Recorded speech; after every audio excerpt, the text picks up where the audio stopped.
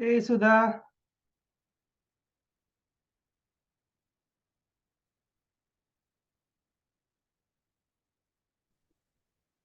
you're Dr. muted. Urvish bhai, how are you? Hey, how are you doing, Rutik? Hi Sudha, Hello, I'm good, thank you. congratulations. thank you. We are having Arsh. Hey Arsh, Hey, congratulations. how are you doing? Thank you so much. Viraj, congratulations Viraj. Can you hear me? Yes, I can. Congrats. Thank you. Thank you. Hey Abdul Razak, it's good to see you after a long time, huh? Yeah, thank you. Nice to meet Congratulations. you. Hi San, good to see you again. Hello, Dr. Patel. Hey, So congratulations. good to see you. Thank you. Say thank you so much. Just give me 1 second, people are joining.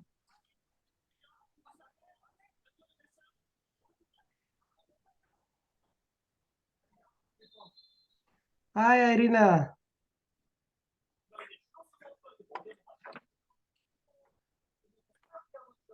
Irina, can you hear me? Hi, you are in the hospital?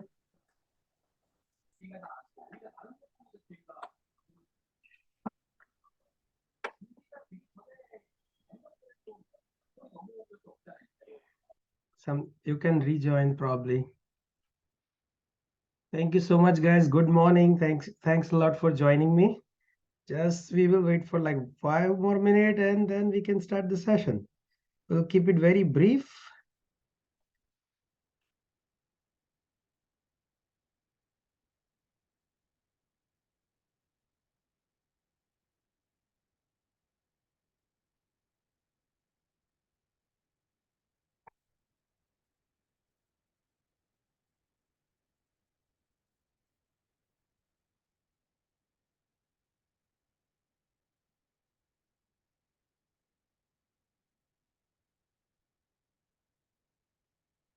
I think we can start. People may join.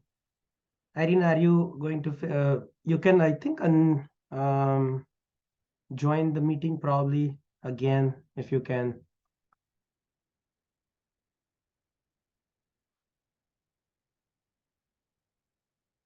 Okay, then probably yeah, sure. Let's start today's welcoming meet and greet. First of all, thanks a lot for joining and congratulations, many congratulations to all of you that you guys made it up. And then I'm so happy that everyone has their unique journey. And then you all guys had a long journey of struggle. And then finally, you got what you want. And I'm so happy. And Research Update team is also happy to have you here. And we are really proud on you guys. We can have a quick introduction and then we can probably start the session with the quick introduction that is all about first of all, your name, your year of graduation, especially whether you require visa or not, and something that you would like to share about your journey. And probably we can have one or two few other questions, and then we can move to other candidate. I think let's start with we are having alphabetically Arsh. Arsh first. Yeah, Arsh, go ahead. Yes, Dr. Patel. Hi. So my name is Arsh Chaudhary, and my year of graduation is 2022. I don't require a visa. I'm a green card holder, and I think one thing that I would like to say about this entire journey, I think, is that you need to be prepared mentally of how long this journey is going to be, and there are going to be lots of ups and downs in your journey. And I think it's important to have a plan in place, but more important than that is to have a plan B and a plan C and even a plan D, because things always don't go according to your plan, and it's good to have backups. And I think another important thing that I realized on this journey is that it's also good to have a really good support system, whether it's your family, whether it's your friends, because the journey can be really difficult at times, and that's really going to help you in the long run. Yep, here we have Arsh. I think he's the youngest year of graduation. We have it this year who match. We can move to a little bit older from there. I think, guys, today you can keep your camera on. It's not a research lecture where it's like gonna get boring. Probably you get your new colleagues soon, and then maybe new partners and collaborators. So that would be good to see you all face to face. We have second Sudha, and Sudha's journey is also unique. So let's hear from her. Hi everyone. My name is Sudha. I'm originally from India, currently staying in Atlanta. So I'm 2016 graduate. So I'm a little bit old grad, and this is my third cycle. I matched into my third cycle at my first choice. So I got 11 interviews, and I matched at my first choice, internal medicine. So what I would say, like from my experience, so my dream is always to become a like physician in United States. So I kept on I keep on working on that. Even though I went unmatched for 2 times, I never took step back. I every year I worked I worked uniquely to improve my experience. What is lacking, I rectified every year what is lacking in my CV, and I added it to my CV. And I also would say like Urvesh, Dr. Patel research really helped me as one of our project got into selected into AMA finals. That also really helped me in my journey. And I would say that perseverance towards your goals will definitely take you there. But little bit patience and hard work, it should be there. Yeah, it's a little bit a lot of patience and I can say hard work should be there. Hey Jay, Yeah. congratulations. Aditi, are you there? Aditi, just joined. Congratulations, Aditi. I think I can't hear you. We are having Dr. Tirupati. Dr. Tirupati, welcome. Welcome. Good to see you here. Thanks, Urvish. Pleasure is mine. Congratulations to everybody who matched. Thanks a Thank lot. you, Dr. Tirupati. Thanks for your support always. And then that's very helpful actually. We are having just a little bit introduction session going on with all of that, and then we are going to have a Q&A quickly. Viraj, we are having next person, Viraj. Yes, I'm here. Hi, everyone. First of all, congratulations to everyone. I'm Virat Shah.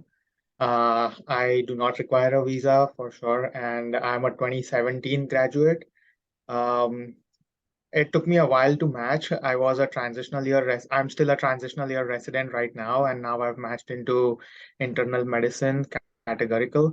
I would definitely go along the lines of Dr. Sudha and Arsh. Perseverance and hard work is definitely required. You also need a lot of patience. I was very fortunate enough to have support of my wife, my family, and my friends. Um, and here I am right now, like I've matched, and I would just say, like, congratulations, everyone.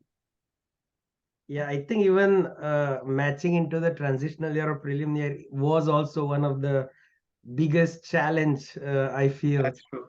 So that journey, 50% journey is completed when you match there. So that's also another Yes. new type of journey that we would like to explore from your side. We are having Abdul Razak. I'll get back to you soon. Abdul Sure. Razak. Oh, hi guys. My name is Abdir Razak Ali. Year of graduation is 2013. I don't require a visa.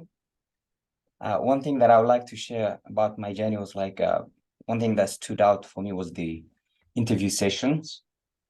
It's the thing that I learned about was the thing that I learned about in research updates, understanding the research was engaging the faculties about the research. So that was a talking point for me. Like I would read about their research and then engage them about what they've done. And I think that was one of the things that stood out for me. That's great. So we have one of the another old graduate, San came, and would happy to have you here. You can unmute yourself. Yeah, hi. Congratulations, everybody. So happy. um, so I'm an old grad. I graduated 2019. This is my third cycle trying to match. I did switch a bit of specialties in the middle, couldn't really decide. Um, I matched into internal medicine. I got one interview, and thank goodness I matched to that one that I had the interview at. And yeah, one thing I would say is the last two attempts, I didn't really have any research experience, and I do feel like this really made a big difference. During my interview, they asked, like one of the big faculties were interested in the various research work I was doing, and he actually asked quite a few questions, and I thought that was great that I actually had a lot to talk about research. Yeah. Okay. We'll quickly get back to you that how you match with the one interview. We are also saying, hey, welcome Soumyadeep and Tumpa. We are having here the couple match. Congratulations. Congratulations, guys. So we will jump to Aditi Kothari, one of the excellent fresh year of graduation and excellent score holder. Another one of the young graduate. Yeah, go ahead, Aditi. Yes. Hi, everyone. Congratulations, everyone, on matching.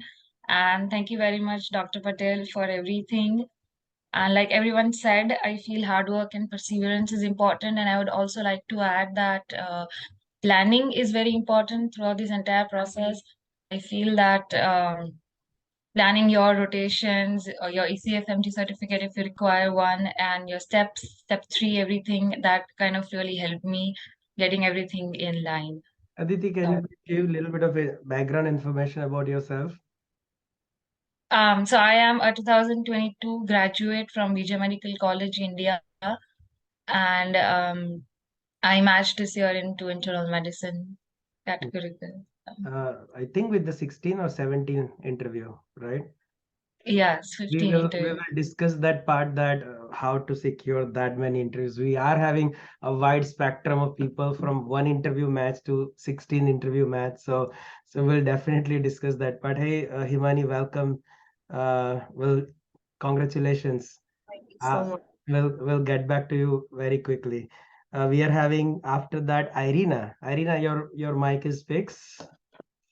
Hello, I think yes, Yay, it was. congratulations. Thank you very much. I mean, my journey probably is not, it's a unique journey because my year of graduation is 2012. Moved to the US about 6 years ago with no English proficiency, and all this USMLE journey was a little bit crazy for me. And after 2 unmatched cycles, last year I was a little bit lost, but Dr. Patel was there and Dr. Tirupati was there, and I matched into a geriatrics fellowship. I'm gonna graduate in June this year, and I matched in family medicine through SOAP. I got my offer after the third round. Yeah. So I don't know. I think everything worked for me. The research experience, my clinical experience. I am more confident now, and here I am. After the third cycle, I'm gonna be a doctor here. No, that's actually good to see that finally this one phase of the journey has been completed. Now we can have a new challenges, but still this one part is done. That's great. We would love to hear from you that in case if you have MD and then what you can do it in the intermediary period, that you can match somewhere in the other fellowship, and how you can jump back to your line A or main track. So we'll get back to you as soon as we are done with the introduction with other candidates. We are Thank having you very much, and good luck to everyone. Yeah. We are having Abdul Razak. No, we are having Hanok. Hanok, are you there? Yes, hello everyone. Your Congratulations introduction. for matching. My name is Henok. I'm originally from Ethiopia. I'm currently residing in Canada. This was my second cycle. I'm old grad too. I graduated in 2016. I got 3 interviews and I matched to internal medicine at Montefiore program in New York. Yeah, congratulations. We'll quickly come to your journey too. Meanwhile, if probably I do have your detail. Yes. Next one. Where is are we having still or left Abdul Aziz? Abdul Aziz left or is there? Okay, then probably we will jump to. Yeah, You are there? I'm here. Yes, I thought you disappeared. Okay, yeah. Go ahead. Yeah. Hi, Yeah. Dr. Patel and everyone Yeah. here. So I'm so happy that finally I got to match. I am a 2015 graduate. I matched into family medicine on my 4th attempt. I don't require visa, but one thing I would say is always just keep trying. Whatever the outcome is. We always think that we're IMGs, that we're not, that we don't have a lot of chances or opportunities, but honestly, it's about just putting yourself out there and asking for help. If you don't match, ask for feedback, and keep going. I went from having 1 and 2 and like 3 interviews in the first 3 seasons, and the last one I got 11 interviews. So I'm so happy to finally make it, and congratulations to everyone here. Yeah. Thank you. Soumyadeep and Tumpa, our couple match. Congratulations, guys. Thank you so much, Dr. Thank you Patel. so much. Thank you so We much, can have- everybody. We can have one by one your introduction. Yeah. Well, I'll first of all, I would like to congratulate everybody else, especially the people we know here personally, like Henok and stuff. We've been like through this process like together. So that would be like kind of like our first advice. I think you need to find a core group who are applying, and then you can talk to them about everything from research to personal statement, or just like vent out during the application season if you are not like, yeah, not that. Yeah, okay. But anyways, so congrats to everybody. But yeah, we're very old graduates ourselves. Our profile is almost similar. Yeah, our profile is almost similar. So like, We are 2013 grads, and then his score is a little higher than mine, but we have been working as physician assistant in Canada for last 3 years. And then the big difference this year, we didn't apply much before. We applied in family medicine, and obviously we were unmatched. This year, the research and also step 3, both and recent clinical experience in US, these 3 like played the main part on getting the interviews and matching into one. So yes, I have matched in Crestwood Medical Center, Huntsville, Alabama, and I'm matched at UAB, University of Alabama School of Medicine, Huntsville, as well for internal medicine. So, I mean, the biggest difference this year for us was obviously, as you said, like, the research and the step 3. Step 3 helped a lot, definitely. Everybody brought that up. But I think when I went for my rotation this year, I was also speaking with Dr. Patel about this. I told him I'm not going to there to learn, because I have enough clinical experience in US to know how the system works. I'm just going there to make connections. And I was very open about it and honest about it with my preceptor. I told him from day one, hey, I'm come here to match to one of the programs here. What do you suggest? So he kind of laid out, talk to the residents. oh, Yeah, we can hear you. Yeah, talk to the residents and everybody, and then figure out what to do. So I think that helped us a lot, because we got 3 interviews from the same city. 3 interviews from the same city, like, and then connections. yeah, connections did matter. They pulled for us all the programs. Definitely Dr. Patel's idea Yeah, to go to yeah. Alabama and connect to people. Yes. But yeah, I mean, as if you have certain red flags, like for us, it was the old grad thing, right? So you need somebody to take a look at your interviews, and if they have a personal experience with you, if they know how you work, how you communicate, and what you can do, they can pull for you. So that helped us big time. Yeah.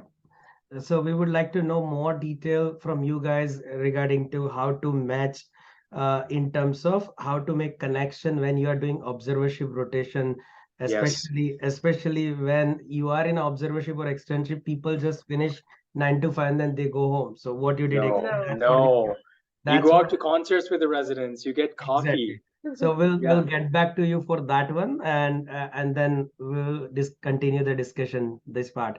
We are having one more other very special one of the other candidate, Himani Bhatt, match in categorical ear surgery. First time ever we have it someone with the categorical surgery. So welcome, Himani. Thank you, Dr. Patel. Hi, everyone. I'm Himani Bhatt. I'm a 2020 grad. I matched in categorical general surgery in Memorial Healthcare in Miami. This was my second cycle of application, but I mean, I applied very late last year because my step 2 was not done. I've just done step 1 and step 2 still, and currently I'm working as a research fellow in Mayo Clinic.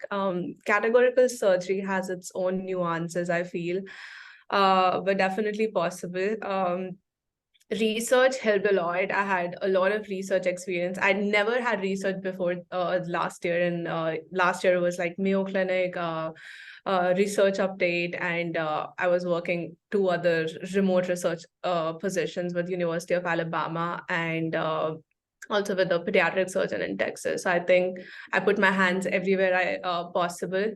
And another thing was I had hands-on clinical electives in surgery and sub-internships even after I graduated. So I think if you try, I had 0 contacts in surgery. I do not know anybody. I don't come from a doctor family or anything. I don't know any medical people here in the US, but I did make my own connections through my rotations. And as both of you were talking about making connection during rotations, so I've had like I did work, like I used to work 16 hours. I used to work more than the intern used to work. And I've secured 8 LORs in one rotation. So definitely a lot of things are possible. So Yeah. So we definitely would like to know that what did you do different, or what did you do actually in order to secure this many connections too? Because I feel she was the one who's acquiring even higher amount of research positions than I used to have at one time. So she was like, whenever it's like midnight, 1 a.m., 2 a.m., whenever someone is texting, she's like, okay, I'm at Mayo, I'm available to work, and I'll do this part. So so that was a very important thing there. We are having Dr. Pratik Vekaria. Hey, Pratik, how are you doing? Thank you so much for helping the candidate, and thanks a lot for even helping all of these people in research group. We are having one of the favorite candidate, Irina, here. She matched. So good to see you here. I think you're muted. I think on the left hand side you can unmute yourself. Yeah. Yeah. Hey, Luis. Yeah. Actually, yeah. Thank you for this opportunity. Actually, for getting me involved in your group, in your organization, and definitely you have got like the really incredible candidates in this group. And congratulations to all of you guys who matched this season. I guess hard work pays off ultimately, and I can see like through the group chat and everything, like you guys did an incredible job with the research and everything. And Urvis, he has been incredible mentor. I can tell you guys that, and I want to congratulate him for his success as well. I think So we are great having job, guys. we are having great support from all of you guys. You, Dr. Tirupati. We are having Dr. Rana here. Hi, Dr. Rana. Welcome to the session. Yeah, hi, Dr. Patel, and hi, everyone. And really happy to see so many smiling faces, smiling all the way to close up smile. Yeah, some of the Really people happy. already put the smiling face on their profile instead of having online. Yep. And thanks a lot to you, man. Dr. Patel, you have been really doing something which is very amazing, helping so many foreign graduates in an alien planet, alien city, to help them and to secure, their dreams. You are making them realize that yes, America, it is America, and your dreams are possible over there. I It's agree. wonderful. All of you guys Thank support you. matters a lot. So we are having one more final candidate, and then we'll go with the specific questions. We are having Jay Kumar Oza. Hey, Jay. Yeah. Hello, Dr. Patel. Yeah, I Firstly, think we can. congratulations. Yeah, I can hear you now. Yeah. Hello, everyone. Firstly, congratulations to everyone. So I'm graduated from a government medical college in year of 2020. This was my first cycle, and I matched in internal medicine residency at Loyola Macmillan. Thank you, Dr. Patel, for your support. Yeah. As in the beginning, I was not aware about the research much more, but now I'm watching your video. Yeah, that's gonna help you guys all from this point of view for fellowship, or if not, then green card application, promotion application, you name it. You will require this thing whether today or tomorrow. You have to walk through this journey anyway. So it's better to have at least awareness, it's awareness that such thing exists, and then you can keep doing it. So, yep, welcome aboard. And then let's start with the specific questions. We can start with Sen. I'm having Sen's profile. I definitely would like to know from Sen that she was applicant in neurology and medicine, but medicine work better than neurology. And then she had one interview and still she figured it out with one interview. Have attended even Academy of Neurology conference, if I remember very well. So I would like to know that number one, what is the most important thing help you when you're applying in dual residency, number one, and number two, particular point you would like to put it then that help you better when you are in the conference or when you are presenting your work, how this one of the only one opportunity help you to secure the match. You can unmute yourself. Yes. Okay, so you asked whether how. I'm sorry, could you rephrase the Yes. question So again? you had Okay. you applied to IM and neurology, and you have interview in the mainly in internal medicine, and then you with the one Yeah. interview you match. So my question is to you is that number one, that you attended conferences and you also presented the work there. So how number one, that what did you do in order to make sure with one interview also you have a good chance of match? And particular point that you would like to cover coming from three things. One of the very country where we have lowest number of people coming to US, South Korea, and then second thing, that visa requirement, that's another challenge there. So most important thing, what did you do that people will get benefit, that you only get H1B, right? There is J1 is not allowed in your country. So what did you do in your journey so that that can be helpful to other candidate coming from your background? Okay, so with the I applied for both internal medicine, actually three: internal medicine, family medicine, and neurology. I did attend the neurology conference. It was right before the interview, the one interview I had in internal medicine. I did not bring it up at that point because I didn't want them to see that I'm not dedicated in a certain specialty. And I think that's kind of important to point out, that you shouldn't, unless they're kind of related, don't bring it up until later. So at that point, I didn't tell them that I'm attending this conference. And when they asked about research, I tried to make it, because it was more on stroke, I tried to make it more general. And if they did ask more questions, I would be like, oh, it's like, I would go more into the epidemiology aspect. And I did have another research related volunteer work that I was doing in Kenya remotely. And that was about like general antibiotic surveillance. And I tried to lure them toward that kind of research, that I felt more confident in this specialty.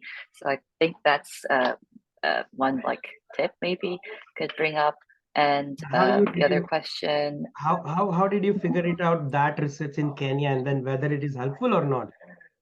Because that's also another question we are having from many candidates, that research doing outside United States will be helpful, or research within United States only helpful.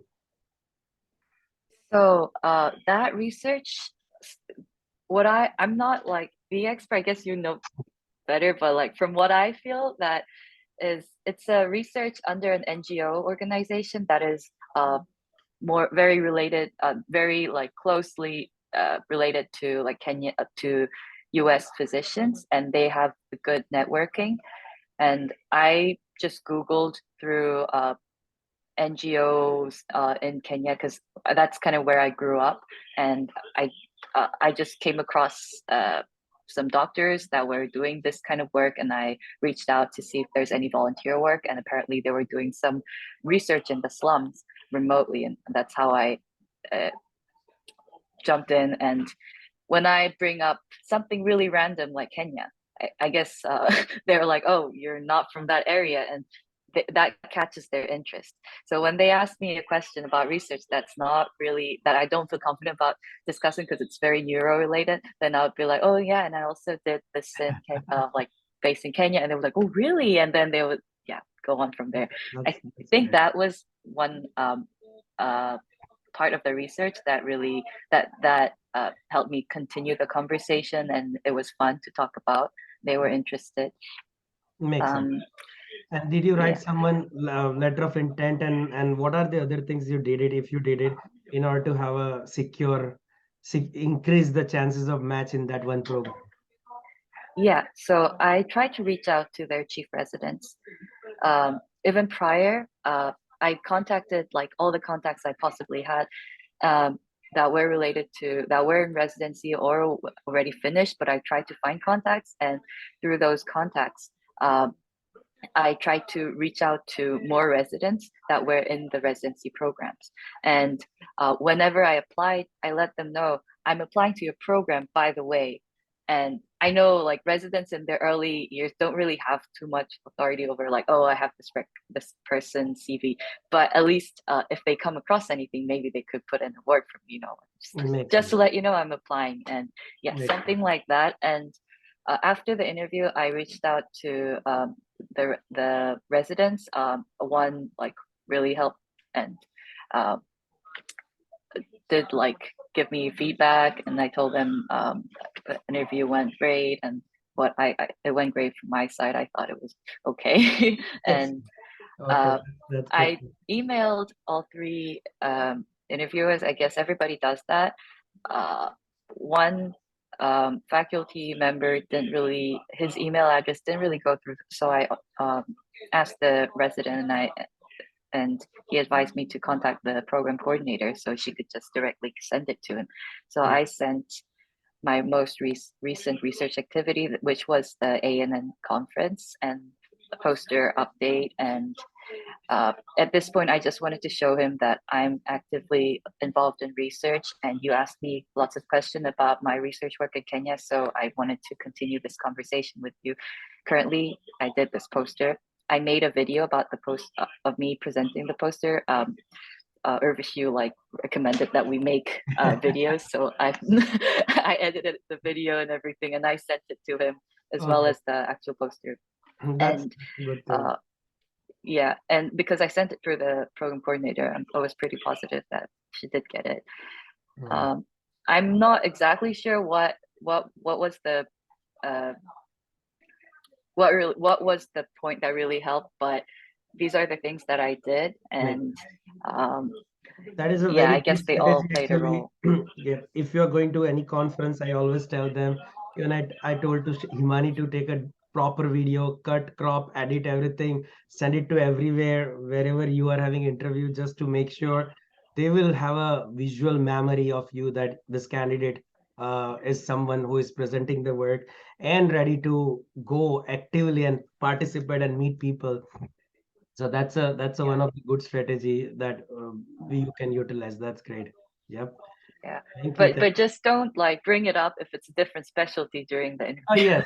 Like afterwards, if you feel like there is some like relation, then you'll be like, Makes oh, sense. just wanted to let you know I participated. It's neurology, but I'm still like academically active. Yeah. That sounds great.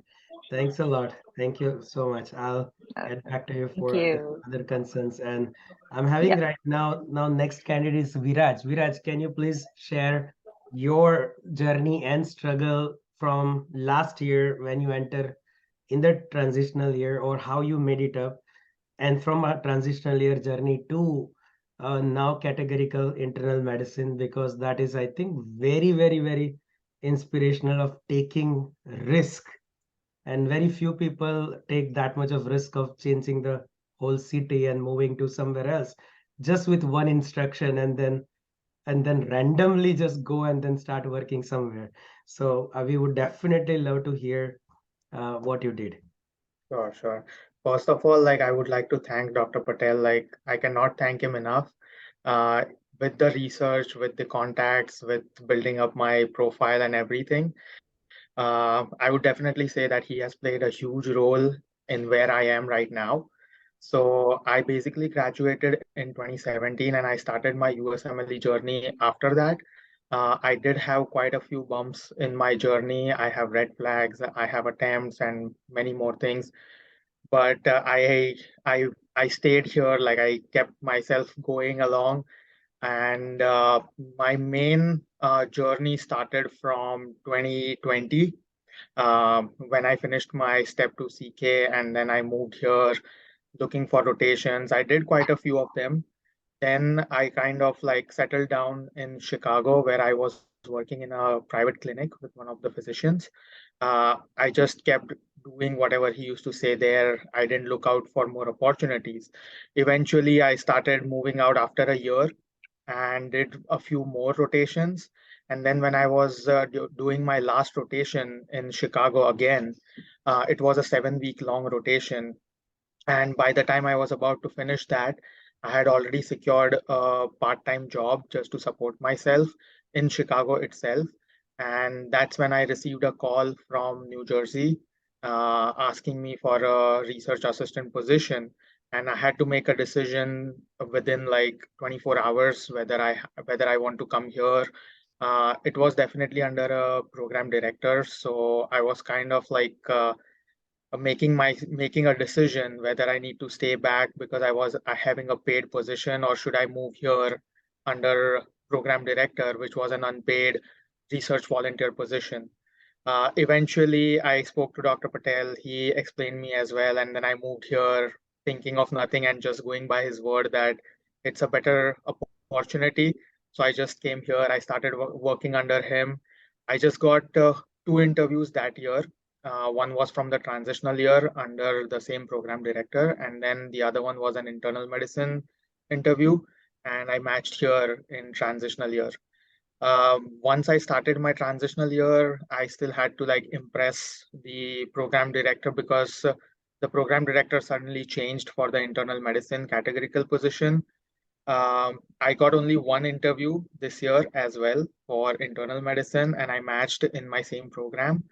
I did get a few PGY2 interviews, but I couldn't match in there. So that's basically the whole journey. Like I had to prove myself, prove a point that I have been working hard. Although I had red flags, I did a lot of case reports, research work, and also the clinical experience. So that basically all of that kind of helped me where I am right now. But definitely, like Dr. Patel has played a huge role in my success so far. My question is to you that in transitional year, the people who match, probably 4 5 people match, I think, that year, or prelim year plus transitional year, how many candidates are there in the hospital in Ocean Medical Center? We have 12 candidates, 12. 12 transitional candidates every And year. and 12 transitional and plus prelim. No, just transitional. Just And transitional. then, yeah. And how many match out of those 12 in PGY2? I think none of them. Like 8 of them had already had an advanced position. Like they were either going into radiology or anesthesiology. One candidate is going into dermatology. And then we were 4 of us who were applying again this year. So out of that, 3 of us matched into IMPGY1, and the 4th person matched into radiology. Makes sense. Okay. So majority people after transitional year make it somewhere, right? So Yes, take definitely. home thing is if you are having transitional or preliminary, it's good to have it basically. Now my question is to you is that many people are having concern that how you can tailor your transitional year so that it will be looking like a prelim year. Did you do something different in that manner so that your PGY2 will be considering under the prelim plus transitional same as a one roof? Yes, definitely. So what I did differently was I asked my program director to switch some of my rotations, which look more similar like the internal medicine. So Okay. he helped me a lot. Like he switched many of my elective rotations into kind of rotations that can look similar to an IM prelim candidate. So I did more of floors, more of ICU, and more of admissions and all those rotations compared to like what the others did. Similarly, like the guy who was interested in radiology, he did more of radiology rotations. So that kind of helped me in showing myself that I am more like a internal medicine candidate. Makes And sense. then also like I made sure like whenever I was doing my rotations, like just to like show everyone, even my co-residents, even my attendings and everyone that I am more interested into internal medicine. So I used to take part in like procedures and like wherever I can get a hold of to show that, I'm interested in this branch only.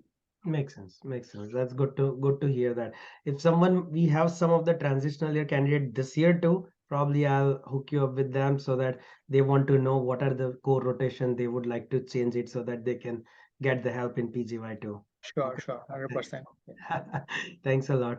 We are having Arsh. Arsh, are you there? You can unmute yourself Yes, and sir. share your journey, especially how you attended many of the meeting, specifically tag physician and then go and meet them, and how you make a back-end connection. That is something I would like to hear from you. Sure. So, I mean, as everyone knows, I joined Research Update last year for the 6 month training period, and I was in the United States before the Research Update program started, and there was a conference coming up in Florida, the RP Winter Conference in Tampa. So, and I was on the rotation in New York at that time. So, I wanted to submit something for the conference, and I think the easiest thing to submit very quickly is a case report. You can just find patients in your rotations, interesting cases, type up the case report, have your mentor look at it and send it in. And most often than not, it does get accepted.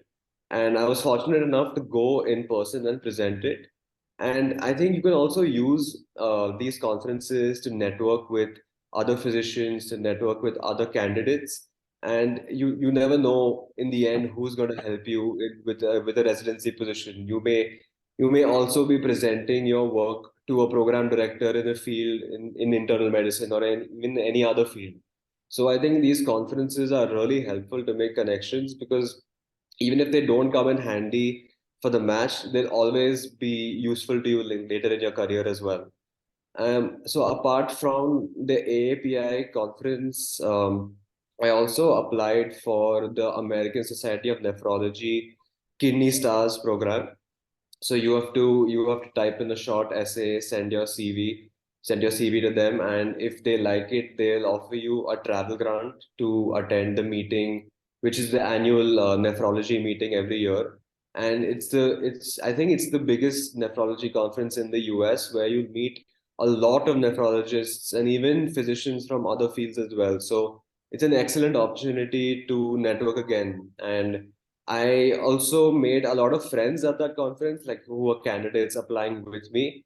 And even you never know, even candidates can help you get interviews at places because they may have connections as well. So I think going to these conferences is really helpful. I mean, even if you don't get anything out of it immediately, it'll still help you in the future.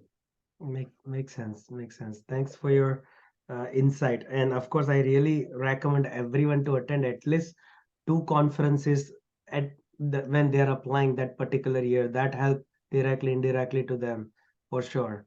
Thanks, Ash. We are Thank having. you, Dr. Good to see you again. Bye. Have a good one. Abdul Razak, we can go quickly with the alphabetic. We're having Abdul Razak here. Yeah, Abdul Razak. Yeah, Abdul Razak. Yeah. So, tell me about your journey. That what is the specific thing you recommend to people, especially when you are having year of graduation old. Of course, we are having oldest graduation this year, 2004, but 2013 is the old graduation. So, and here we are having some of the candidate question that year of graduation is a big factor to match or not. So I think you are the one of the better candidate who can explain then what did you do different when you travel from Kenya to here. Dr. Patel, pass my greetings, utmost greetings to Lisa. She's been instrumental in Lisa is here. Yeah, Lisa, in me joining the research update organization. So one of the things that I will say mostly was like the clinical experience that I had. The volume of like the CV that I provided was actually helpful. And most of the time they were engaging about the clinical experience that I had, like what I did in Kenya. I was just realized that Sana Kim as well is from Kenya. So the clinical experience, so the year of graduation might be huge, but in terms of the things that we've done, the clinical experience is actually what they might focus on. My biggest number one killer during the application process and matching, I will say, is like the interview process, in which they focused on the clinical experience and as well as the communication skills that I had with them. So as I said, what I will do mostly, and I think most of you guys have been doing the same, is like just focus on the faculties and see what they've been doing as well. Try to connect with them, try to see the kind of research that they've done, talk about the research that they have done in depth. So with the things that I've learned in research updates, all sort of like the research that gave me an insight into talking to them about their research. So the guy is like, oh, he leads up, you know. One of the cardiologists that I talked to did an interesting research about 3D, in which they separated twins. So I had the research printed as well with me. So when I communicated, he was like, oh, you know, I did this research. And I was like, I just showed him the paper. And he was like, you have that. I have it printed. I have it here. You know, so that was a main focus for me, not only one or two of the faculty or even the program directors, many of them. So all of them, they have their researches, and I will read it in depth and analyze and write it down.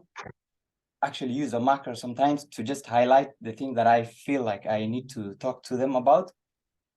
And whenever they raise a point and they're like, oh, you know, I've been talking about this and that. And I'm like, yeah, I'm sure you did that. I have your research here. You talked about this and you talked about that, you know. So basically you print out everyone faculty who were taking your interview, you print out their research papers. Exactly. And you read that and you try to justify your work, your research with their research. And that's how you try to make a long-term memory. Okay, that is one of the good point. Okay. And communication, I matched into Mayo Clinic, and I was surprised, you know, with that kind of year of gap, huge year of gap, and you know, even my scores were just average. It wasn't like high scores. I was surprised with how much you can do. You know, one of the things that the scores and they help you with is to get an interview, even the research aspect. But apart from that, your communication skills and your engagement with the program is a key. That's what I felt like all the time. Makes sense. Makes sense. Thanks for the insight. I will definitely recommend candidate next time to print out research and academic activity or achievement that is from the people who are taking your interview. That's good to know that. Probably you downloaded them from PubMed or you did it from their website. How do you have the list before in advance? What did you do?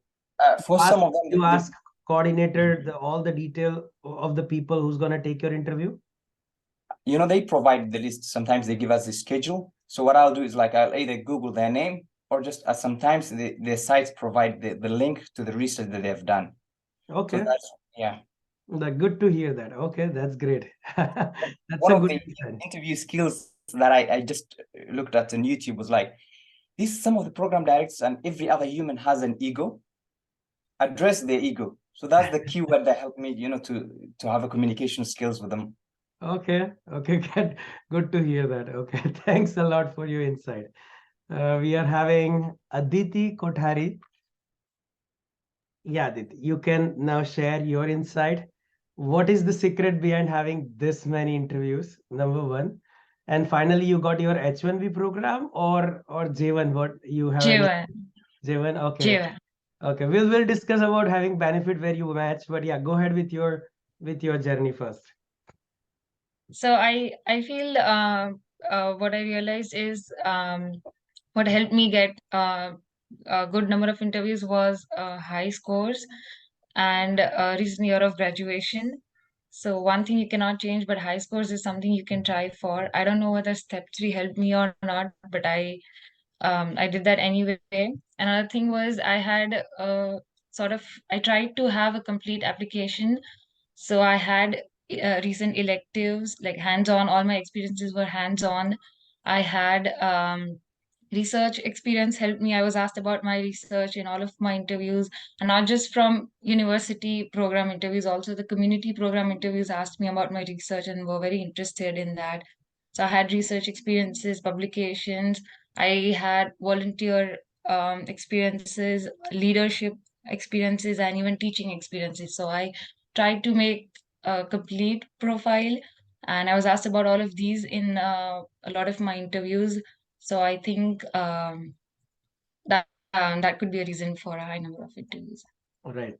Now the Texas Tech or El Paso, the one you are talking about, that is according to me is one of the best choice compared to living in New York, because I stayed in both states, and then the growth and potential you are having it, the recognition of your hard work, what you are going to get it, that is higher at any day in such places compared to working very hard and unrecognized in the state of New York or in a crowd of New York. I feel that that's a point of view of academician, but also the cost of living and the benefit of saving is going to be huge down the road within 3 years. And whomever we are having it in research update, the psychiatry candidate, majority of psychiatry candidates are there in the university you are right now, or you will be joining, and majority of them are having in a second year. And people think about in New York what fellowship I'm going to do it, and let's apply and everything.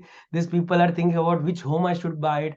Let's buy something like really beautiful big mansion. And many of the residents I can introduce, especially Guju people, they save a lot of money and then they purchase their first home in second year of their residency, compared to average doctor earn for another 3 to 5 years after finishing residency and fellowship. Then they have average saving to save at 20,000, 25,000 and purchase the home.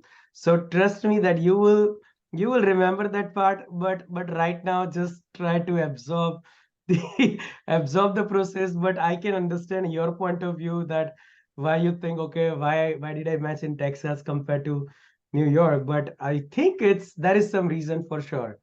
Yeah. Thank you. Thank you so much for saying that. No problem. Appreciate it. Yeah. Irina, would you like to unmute yourself and share your journey? Especially, we would like to hear number one, year of graduation, and number two, how you tackle your low score, and then enter in the geriatric fellowship. So we want to know that how accessible these fellowships are, especially your experience of applying to geriatric this year. ID, you got plenty of fellowship interview than residency. So those things, a little bit inside, we would like to know from you. I think you can unmute yourself. My year of graduation is 2012. When I moved to the US, I didn't start my rotations right away. I started my clinical rotations after passing step 1. Then I got unmatched, passed step 3, unmatched again, and then your team appeared in my surroundings, and I didn't even think that I can apply for a fellowship. But my internal medicine residency from home helped me a lot.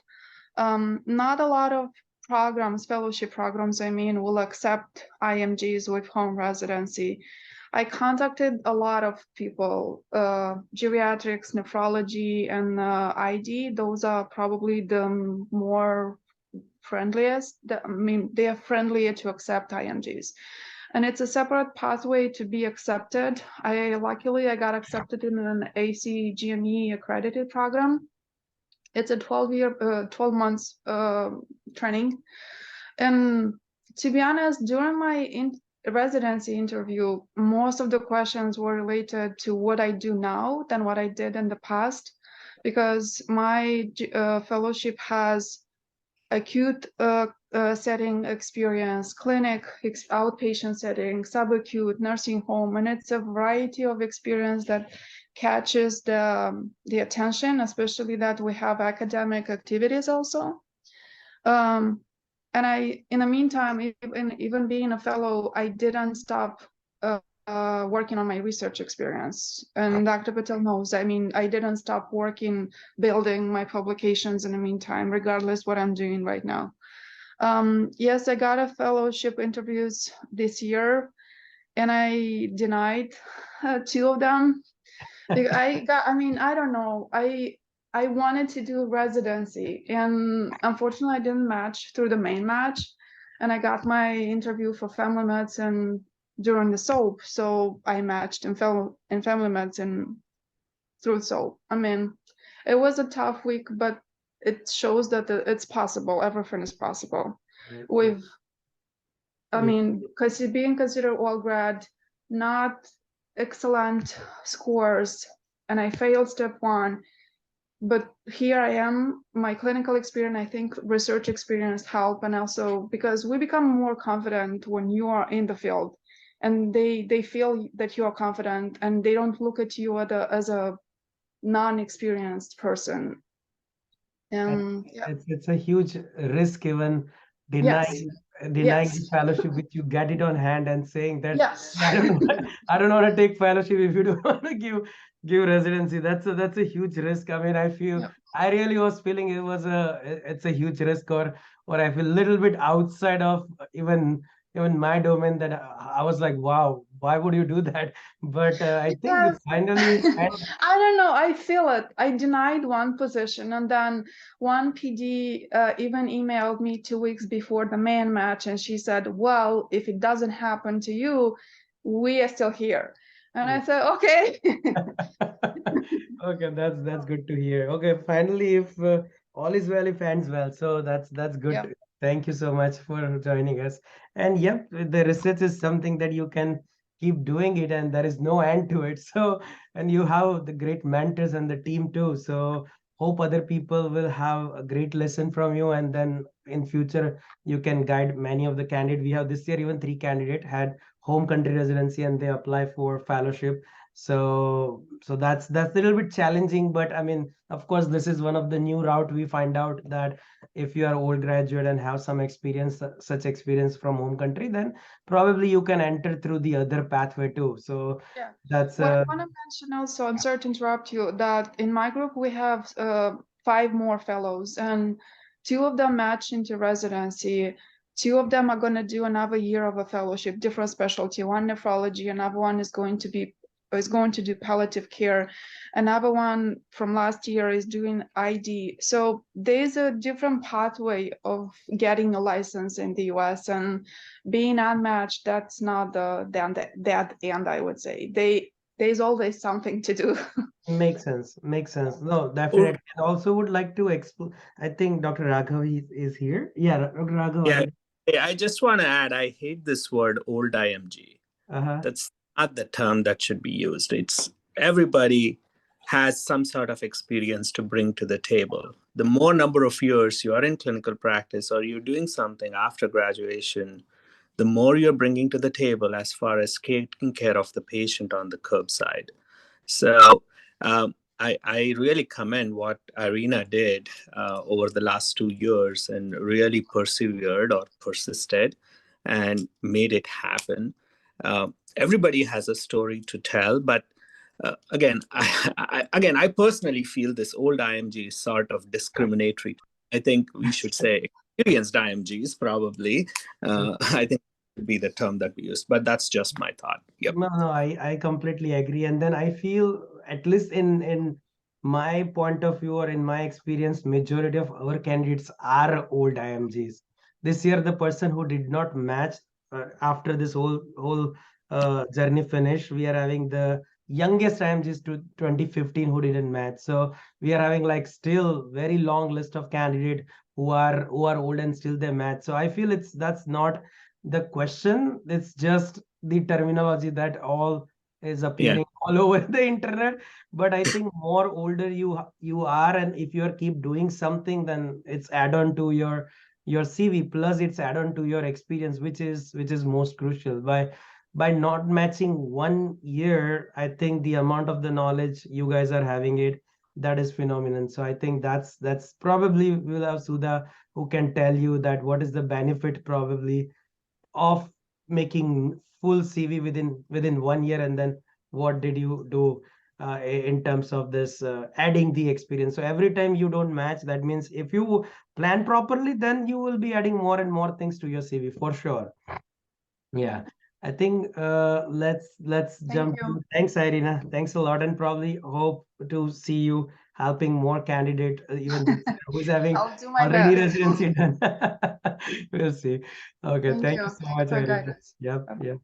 Yeah. So, next one is we are having Sudha. Yeah, Sudha, go ahead. Hi everyone. So as everyone said, I'm also like J1 visa requiring candidate. So I matched into a J1 program. Even though I have like H1, I prefer like J1 due to like family ties and everything.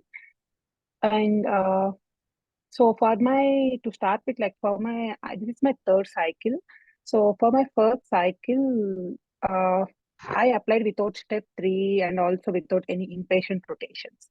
So at that time, I was only able to gain only 3 interviews, and I'm also not with Dr. Patel at that time during my first season. So I went unmatched, and I don't have any research experience. I don't even know that anything about the research at that time. So immediately when I went unmatched, I rectified, and I learned that I need some research experience in my CV, because as Dr. Tirupati said, I'm not going to address like I'm a old IMG, but I'm a 2016 graduate. So I want to get some inpatient rotations and also research experience during my second match. And but I started working with Dr. Patel, and we were able to do some papers and also attend some conferences. It was going well, and I also want to do some inpatient rotations. But at that time, during my second cycle, I was pregnant, so I'm not able to go out for any inpatient rotations. So, but even though I was able to gain 7 interviews for my second season, and I didn't expect that I went and I'll go unmatched at that time. But unfortunately, I went unmatched again second time, and I realized, okay, inpatient rotation should be there. It's the inpatient US clinical experience is really a key to get like more interviews and to get our CV more attractive.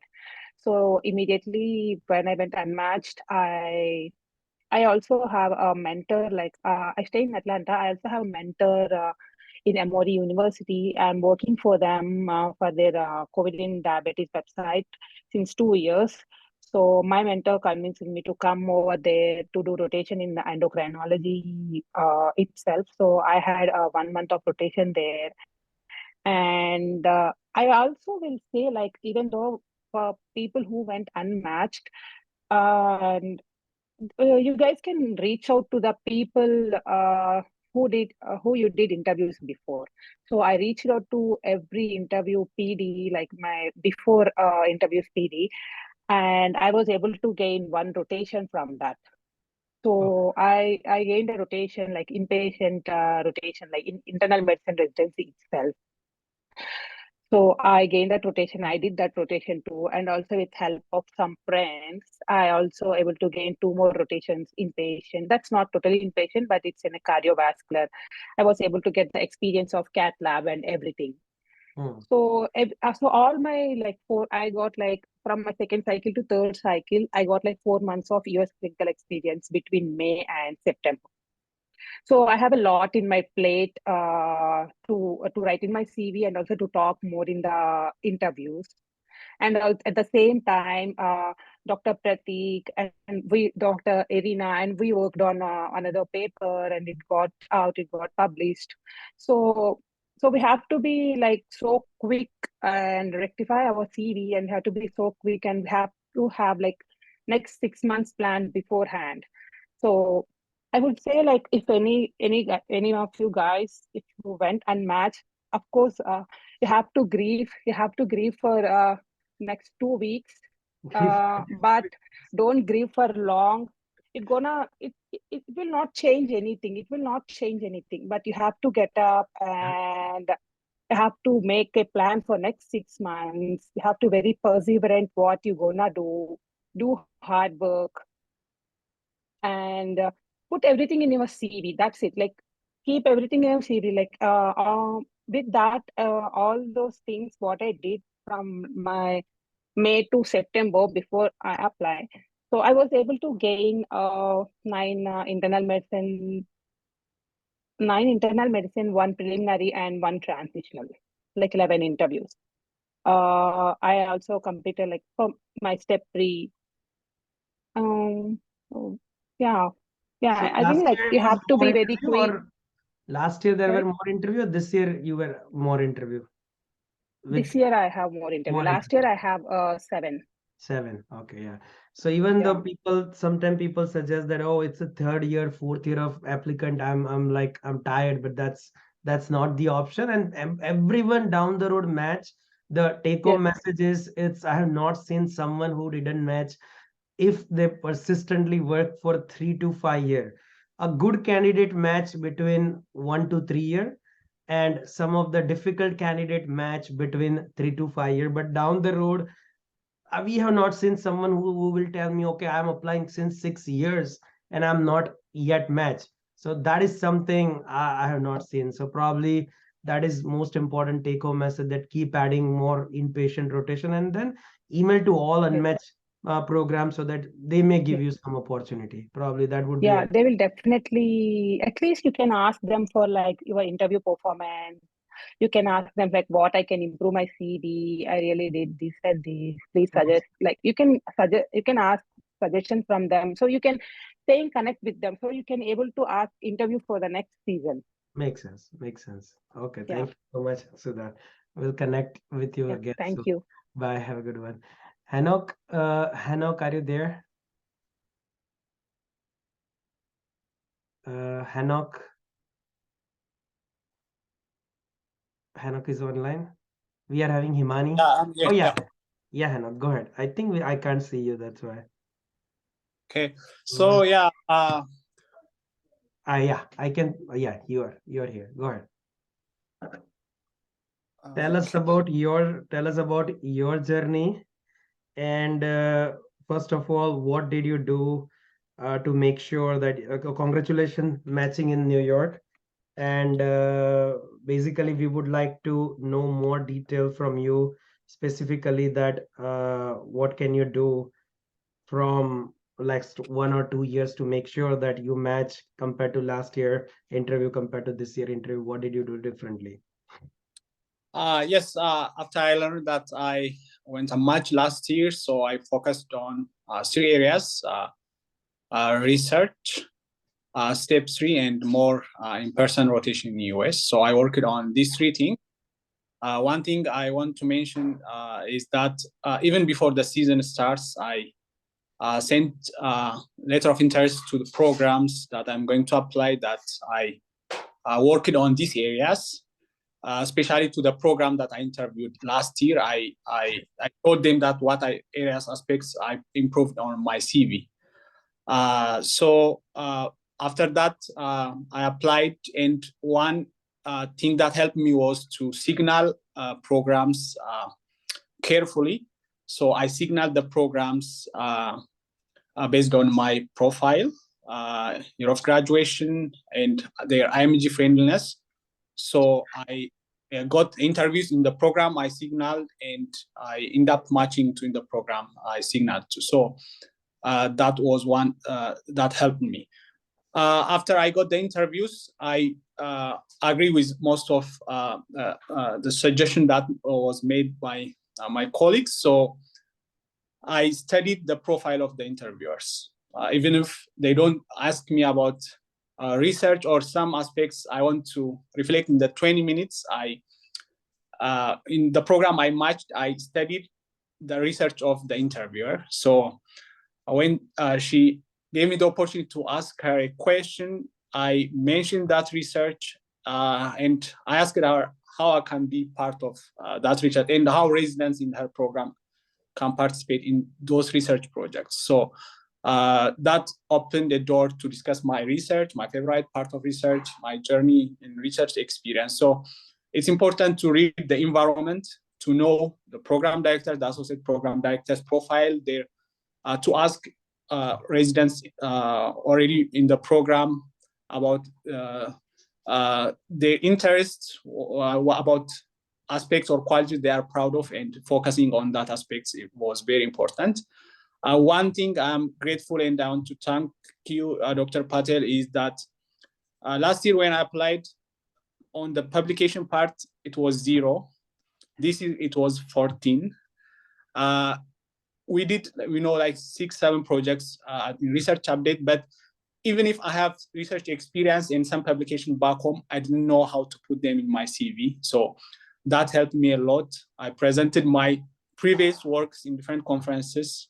So those information and tips I got from you was very helpful. So it was a radical change for me on the publication aspect, the research aspects. Even if programs didn't ask me on interview about research, I try to guide them to ask me. So I like, when there anything you want to add? So yeah, I want to add about my research, about the upcoming conference I'm going to present if my publications are accepted. So that helped me in the interview, and knowing their profile was, I think, the most important thing. So these are the points I want to add. Yeah, no, I agree with you. The take-home message is many of the old graduates, because of maybe frustration or because of they are not evaluating their CV thoroughly, they Yeah. don't add 50% or many more work that they have done in the past. Yes. Sometimes they're like, oh, it's too old. I don't know it's important or not. It's not working out. Let's keep deleting. So many time you may see it useless, but other people may find it interesting, though Yeah. everything is not worth of discussion within 15 minutes of interview, but Yeah. everyone notice everything when it's on CV or if Yeah. it's written properly on the CV. So I feel sometime I tell to everyone that write the first CV draft as long as you can, and then you can keep deducting unnecessary thing until you feel it's appropriate. But I think never write, that's why directly in IRA's application, write it in your own CV, make your CV as big as possible, and then let other person to cut and chop your CV. So that's how many time, everyone is having down the road 4 or 5 or 3 or 4 publication, or I can say presentation during their lifetime, but they don't know, they don't recognize that they have done something like that. I think one of the other example is Irina had that thesis and everything, if you remember, right? Then later on she's like, oh no, I want to add those things, and I was like, those all things are very important for the point of view who's taking your interview. Yeah. So yeah, that is a good thing. Okay, that's great. Thanks, Hanok. Thank you. Yeah, we are having Himani. Himani, yes, here you are. Let me just, yeah, go ahead. So we would like to know that, first of all, that how can you maintain this many research positions together, and what are the some of the tips that you can give it to our this year of surgery group of candidate, especially let me just give you a little bit of background of a research update surgery group versus Himani. We had before even Himani one group of surgery, anesthesia, radiology combined candidates, but we have one only prelim match. But then later on we decided let's begin the surgery as a proper full-time group in which only surgery related applicant will be there, or the people who are going to mainly interested in surgical conferences or surgery application will be the part of it. And then first ever surgery conference related submission was American Surgical Congress, and that was amazing. And I think it's we are very blessed that we have 3 oral presentation only from first time submission from American Surgical Congress. And that is usually that Congress only allow surgeon or resident. If you are there, then they allow the submissions. So presenting as oral presentation in the surgery conference was one of the dreams. So probably Himani will share more experience what she did during the season plus during the conference, because she was the one who presented even the work there. And I think it's everything works well, but I think she can explain you better than me probably. Yeah, go ahead, Himani. No, sure. Thank you. First of all, how do you maintain so many possessions is you do what you have to do, I think, because I didn't want to work that much, but I think that was the need of the hour. I did apply in December last year. I knew I would not get any interviews. Surgery is not like a piece of cake, but I did apply just because I wanted to experience how things go. I did get one interview in soap, went unmatched. The best thing that happened to me, I think, was going unmatched last year, but with a little bit experience of the match cycle. Then I knew I needed research. That was the only missing aspect from my application. I emailed 200 emails every day. I reached out to so many people that I needed research and I was willing to get it. I was fortunate enough to get the opportunities, but the ball doesn't go rolling very quickly in research positions. So I took a 2-month position with a pediatric surgeon. I took one sub internship for a month that I got, and then I got research at Mayo Clinic. And Mayo Clinic gives you 1 PI that you can work with, but I work with 6 PIs in Mayo Clinic as well. And before that, I applied for like remote research assistant positions because not a lot of places were giving visa applications. And I came here for the 2-month pediatric surgery on B1, B2. So I said yes to that also. And you have to disclose where you work. So the Mayo people, I had to tell them that, listen, I have a remote research assistant position with this person, because you have to work for these people, right? So you have to split your time. And eventually these are the people who will be reviewing your CV. So you can't be like, oh, I was working as a remote research assistant for University of Alabama, but I never told you. So I was very, I disclosed everything as things went. And people are actually nice. They want to support you. They want to help you. And they were always welcoming. They said, if your work here is not compromised, which never was, so they let me be a research assistant for other places. So this is how I worked. I think it's just whenever time came, I had like time divided amongst all the positions, and I never let anybody's job suffer, because then they would think, oh, Himani's like not doing her job properly. I never wanted that, because I just had like 4 to 5 months before my application. I wanted to be the best research person that they ever met in their entire life. And so I did try that without any research experience. I think if you have questions and if you want to find answers, no matter what, you will find them. That's about the research positions. About the surgical match, I think prelim is what I was looking at. I definitely knew that it's going to be prelim. Categorical, I was like even shocked to get categorical interviews. Nobody ever said that you will get categorical interviews. I was like, okay, let's see what happens. Prelim, for visa requiring people, I'm visa requiring, it's difficult. It's a bad zone that you would not want to enter, but that is what you have to go through. So I was ready for it. But I think attending conferences is really important. Connecting with the right people is really important. The program director at Mayo, I have met him personally so many times, and he reviewed my CV. He did a mock interview with me. So these are not like small things. I think every little thing has contributed into this this big achievement. And how do you get there is just by working hard. Like, I think in America, if you put in one effort, it will not go unnoticed. I think this is what I feel. If you're working over the weekend, people will see that you're working over the weekend. People will see, okay, this person needs it more than anybody else. And I did need it like more than anybody else. I don't care like what people do, but I knew what I want and I worked for it. And it's like a lot of support from like so many people. When you have like, I think having a close circle is very important. I think Aditi was the one who emphasized on a very holistic resume. I think I had so I had a lot of volunteer experience from India.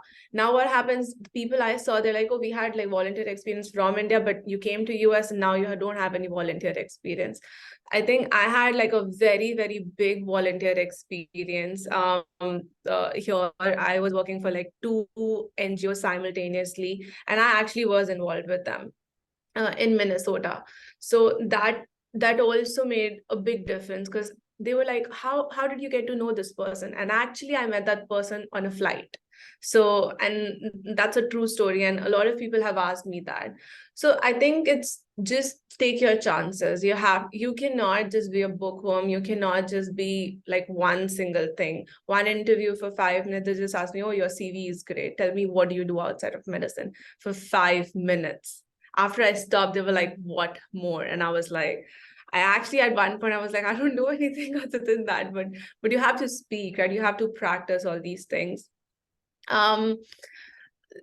Clinical rotations that I did, I think, and the research, I from zero research experience, I went to, I think, 25 plus research experience in my CV in 8 months or something. Yeah, so it was, so that's what I did. But it's just, you have to have volunteer clinical experience. I didn't have step 3. So people did tell me that you need step 3. I didn't have time to do step 3. I wanted to do step 3, but I honestly was all into research, so I did not get time.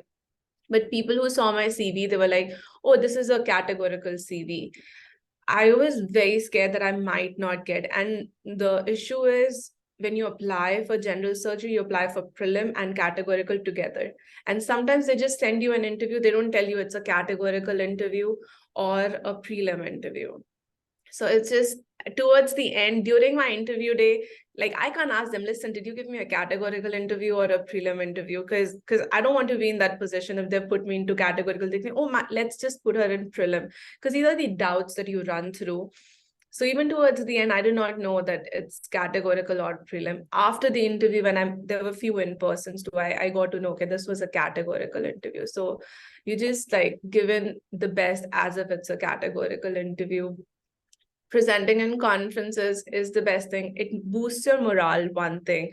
You will feel like a somebody. That's one that you will feel like, oh, and that confidence reflects into your interview. Interview day, it's really short, like 15 minutes per person. It just goes in a blink. But if you're confident, they will see you through.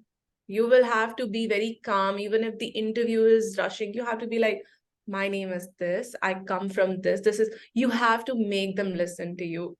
And I think a lot of that comes from the conferences. I took all the chances, and the oral presentation at it was the Academic Surgical Congress, ASC. It was really overwhelming.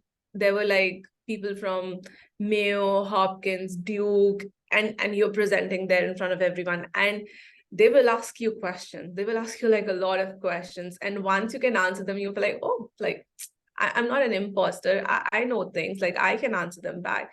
So I think you have to have this confidence and a backbone for the future and the current cycle. During interviews, I feel I was very well supported by my PIs. They gave me like time off, and people were talking about knowing the person that is going to interview you is very, very, very important. You have to read about the program. If you ask them a question that is there on their website, they might not say it. Some people say it's there on our website. Some people might not even tell you that it's there on their website, but they'll be like, this person read nothing about our program. So you cannot like afford to make these mistakes being an IMG or whatever your credentials might be. I was a I had the lowest scores of everybody I knew applying for surgery, and they didn't match. Like, I don't know what the reasons were, but I think it has to be a holistic approach. Everything can be done, and just do everything. And another thing was, because I worked with 6 PIs from Mayo, everybody supported my application. So that was the biggest thing.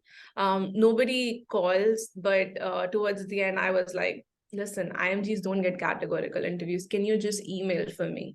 And they were like, yeah, we're happy to. Because I did work throughout. During my interviews also, if my interviews in the morning or evening, I would split out time, but I would never skip work. I would always be there. I would always show up for not just the research work, but I was working in the simulation center. I was going and observing in the clinical ORs, which is technically not allowed, but people allow you. Like, I was like, I want to go into the OR. I want to observe. So in my CV, I had a 6-month clinical observer thing at Mayo also. And I was like submitting my application in Mayo, and they technically know it's illegal, but they know that people do it. So they never said anything. So I think you have to take your chances in this sense. And you have to, if you're working at a place, go for the grand rounds, make people see you. Like, they need to know that, okay, there's, in like 5 months, everybody knew that there's a Himani Bhatt who's applying for general surgery. So that is what it is. It's a word of mouth. It's what you show, what they perceive. So that's my story, I guess. And is there any particular way you obtain clinical rotation? Because clinical rotation in general surgery is very difficult to get.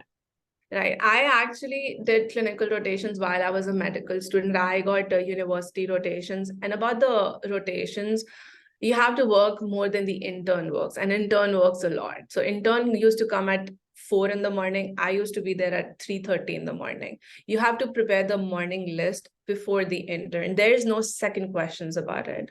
And then on my day 1, they were like, oh, you have to put the notes in on Cerner. I did put the notes in on Cerner, and I don't know how I did that, but you have to do it. The best thing that I think I got a lot of LORs from my rotations was because people helped me through it, like the residents. So day 1 or day 2, you just go to the person you're rotating with and be like, I'm doing a rotation with you, but my end goal is to get general surgery residency here in the US. For that, I will be needing a strong letter of recommendation. Never say I need a letter of recommendation. Be like, I need a very strong letter of recommendation. What do you expect out of me? So that's your first or second day. You ask them what do they expect out of you. Most people are going to be like, it's your thing, do whatever you want to, just whatever the resident tells you, just do that. And that's it. Now, after 2 weeks, be like, just a midway through the rotation, do you think I'm doing anything less that you would want me to do more? So at just 2 weeks, you have to do that, so that, like, because you will have more 2 weeks to fix that. If you ask her at 4th week, they'll be like, you didn't do anything. So midway, you ask them, and by the end, you're like, if I did a good job, are you willing to write me a strong letter of recommendation? And the people that I dealt with, so I knew who would write me a strong letter. People I knew who would not write me a strong letter, I never asked them a letter from them. Because I did my rotations in 2019, I took more letters, and it really helps because these people migrate. Now they might go in different universities. So now you have more chances to put different letters for different places. So I never read my LORs. I just read one LOR, which was stellar. And just, if you have a chance to write your letter of recommendation, read research about how to write letter of recommendation, because there are few wordings that if it's there in your letter, it really affects your application. So one of my letters said that she is in top 10% of all the medical students that doctor had seen ever. And he was from Harvard and Johns Hopkins. So I think there are like few wordings, and like I can like put down the research in the group later on, which actually talks about the language that a letter of recommendation needs to have. So I think clinical rotations I did while I was in medical school just apply to all the universities. The VSL law thing was also there. So you just blindly apply. I think a lot of money goes into it, but you have to keep a blind side to that because the end result will be worth it, I think so. Yeah, I think that's a good strategy to ask them strong letter in advance and then ask them continuously if you can improve something so that you will ultimately get a strong letter. That is a good strategy probably. And I feel that sometime people can suggest you always that these are the thing you can do it to make your CV stronger or make your impression stronger. So I agree with you. And that's particularly one thing I would like to add here, that is when you are doing one rotation, that's not the end of the rotation. Then from getting help from that rotation, you can make more connection. Getting help from that rotation, even you can go to conference with that faculty and then meet more faculty and friends. And that's how you can keep moving from one place to another place. That's also one more thing that you can do. Yep. Thanks. Thank you so much, Himani. Probably we will be having many more candidates this year whom you can help probably or guide. And in your group also, we are having someone who match even prelim spots. So of course, you will be the great asset for them to guide them. Thanks. Thank you. Anytime. Yeah. We are having Jay. Jay Oza. Where is the Jay? Jay Kumar. Yeah. Yeah, Jay. Yeah. Okay. Yeah. I think one second, hold on. I can't see. That is Jay. Your voice and video disappear. Okay, yeah, here you go. Yeah, Jay. Yeah, firstly, thank you so much. To be honest, without you, I'm not going to know how research things going on. So that's the thing. Firstly, so my journey in the field of the USMLE starts after I graduated from my medical school. So for me, I believe step scores matter. Yeah. Apart from that, what I did something different from the all this like most of the things all the students and colleagues told that they send this letter of interest and all these things. But one thing I did differently, that I told my home country doctors to send the interest a letter of interest to the program that he worked what like I did what I did in their hospitals. And actually, even I didn't get any interview from that, but one of my friend who got an interview from the university program after just getting a letter from the home country. So that things matter. Apart from that, I believe small things also matter. Like one of my program director told me that your photograph looks good. Actually, you mentioned in the video before that we have to get a proper photo shoot. I know it's a very small thing, but small things also matter during all this process. And always try to be what you are actually. You don't have to be pretend and you have to do any different. Just to try to be honest with them, and that's all which Yeah. led me to the match. Would you like to share about your rotations that particularly? Yeah. Yeah. So basically, I'm good too. So I usually try to save my money. So I did most of my rotation from the outpatient clinic, and 3 out of 4 are free of cost. So uh, for me, if I am going to, no one gonna believe, but I believe rotation doesn't matter. That like you have to do a rotation from a very higher place or very university program for match at least. If you want to match at a higher place, then yeah, it of course matters. Makes sense. So my question is to you is, of course, that's the most important thing, that even though you are doing rotation from outpatients, and then you are getting good recommendation or you are having someone who can vouch for you for sure when you are needed, or someone, let's say, if someone wants to make sure that giving you not only letter but also support from outside the application, because there are many program where, or many places where you can get probably outpatient rotation, but then after rotation probably you are going to get a standard LOR, they will not help you.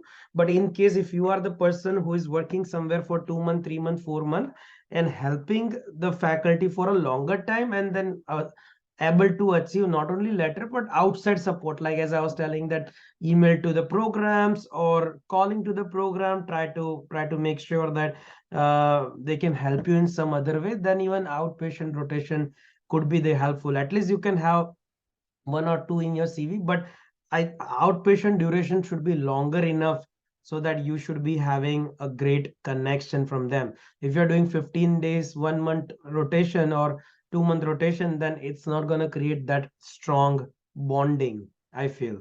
So that is something you need to make sure about. Thank you. Thanks a lot, Jay. We are Yeah, having, thank you, Dr. Patel. we are having Imad. Imad, are you there? Imad Singer. Yeah, like I'm applying in the match next year, doctor. So like Okay. I'm just listening. I'm sorry. Okay. Okay. Yeah. Okay. Thank you. Yeah. We are having Soumyadeep. Soumyadeep, are you there? Yeah, 1 second, Soumyadeep. I think your speaker is not working. it's Your unmuted now. camera is working well. Yeah. Okay. Can you hear me? Yes, Soumyadeep. Hi. Yep. All right, guys. So as you know, we kind of like applied for a couple match, right? So both of us are 2013 grads from India. So yeah, if you can call, like you can call us an old grad if you like, but it's yeah, I guess it's all relative at this point. So yeah, we kind of immigrated to Canada without like having any sort of information on how to apply for the USMLE and the USMLE journey, and we were very naive. And So they are having one more jackpot. yeah, this we kind of year. like triple matched. Yes, yes, she Yeah. just got So parents few months back, so yeah. that's another one of the. So I think Yeah, that's fine. That's fine. We can welcome him too. So So yeah, so we kind of like came here initially and we had no information. And as like recent grads who are applying have been saying that, you know, information is key. And that's something that we had lacked initially when he came to Canada to apply for the USMLE journey. Eventually we took our steps and we applied, but the first two cycles when we applied, we applied initially in pediatrics and then in family medicine, thinking that is what our experience catered towards, even though our passion was internal medicine. And it didn't work out, obviously, because first of all, our application was flawed, and secondly, it was incomplete. Last year, one of our friends actually who had worked with Dr. Patel in Research Update, Umair, he matched to internal medicine, and he had a very similar profile to mine and Tumpa's, and we are thinking, so what are we doing? Like, it doesn't really make any sense. Like, how can he match and we go unmatched? So I spoke with him, got in touch with Dr. Patel and the set, and then from day one, they were like, no, we know exactly what you need to do. You need to take your step 3. You need to get a rotation in, and then you apply, and you should be fine. So the good thing that we did, though, for both of us for the past 3 years, we have been working in Canada as physician assistants in adult primary medicine. And we had stellar letters of recommendations from that attending who had known us over 3 years. So as Himani was also mentioning, I'm going to tell a few things that I did differently this year. One, step 3, pass. Make sure you pass step 3 first time. That is a big deal. And it tells the programs that you're going to be working there in your intern year, and they don't have to worry about another person taking time off to study.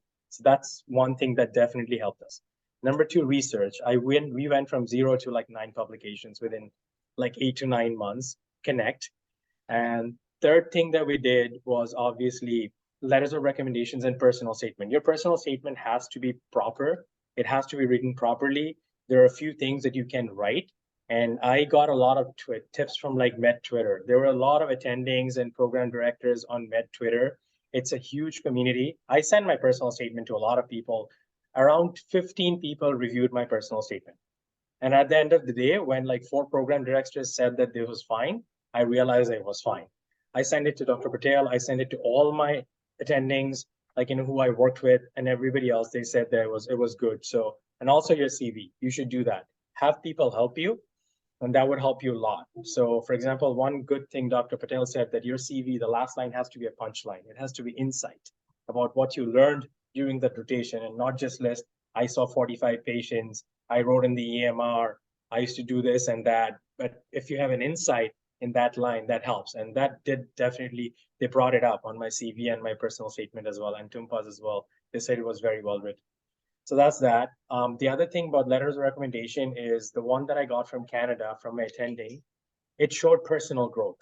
So it showed how I grew into this position, how I became more independent clinically, how I started practicing evidence-based medicine, and then also, patient communication skills and stuff, and interest in internal medicine.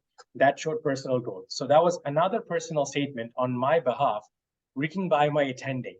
It was not really a letter of recommendation. It showed exactly why I should go into internal medicine. So that helped.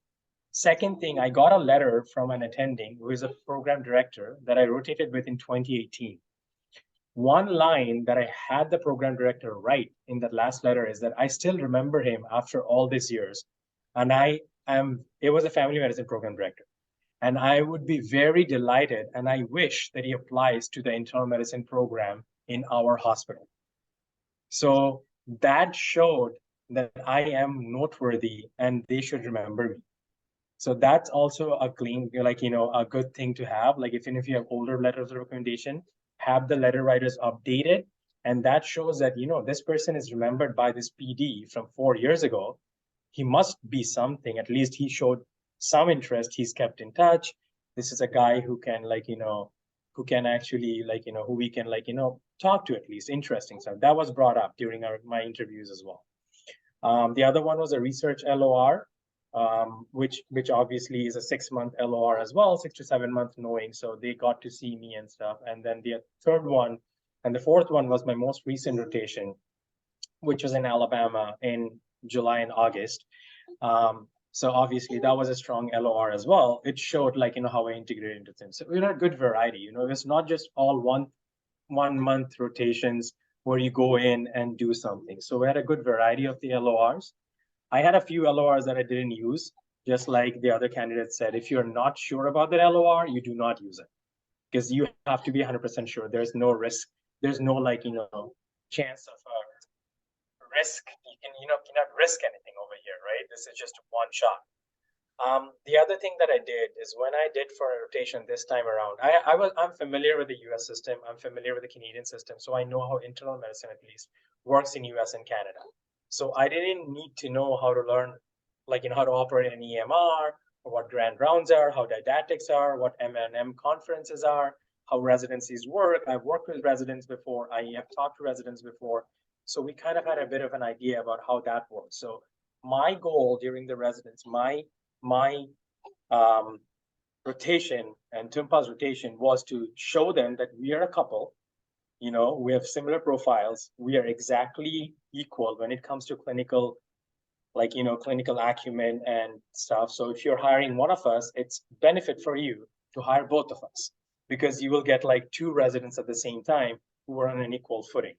That's one thing that we wanted to show.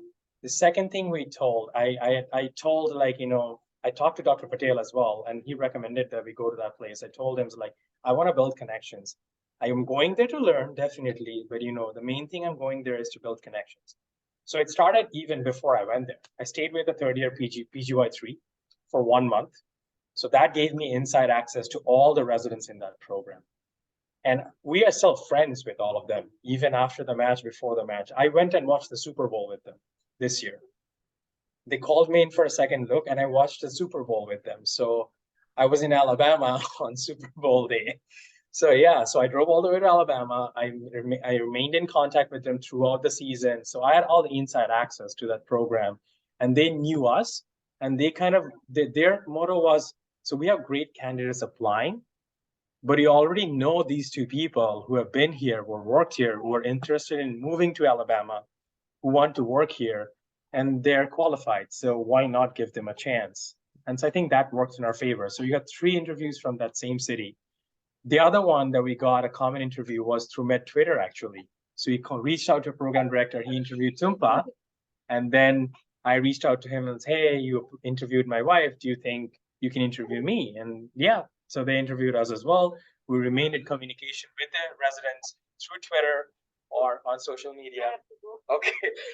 So yeah, and then that's the thing. So it's building connections. Yeah, I talked about research. I talked about my clinical rotations. I talked about my work experience in Canada, and like we always talked about that. But at the end of the day, we were also talking about how we wanted them to come over to visit us in Niagara Falls, what things we could do, how they should visit us during our son's, like we have something called a rice ceremony. So we invited the residents to that as well. So I'm just saying, like, connecting them on a personal level helps as well.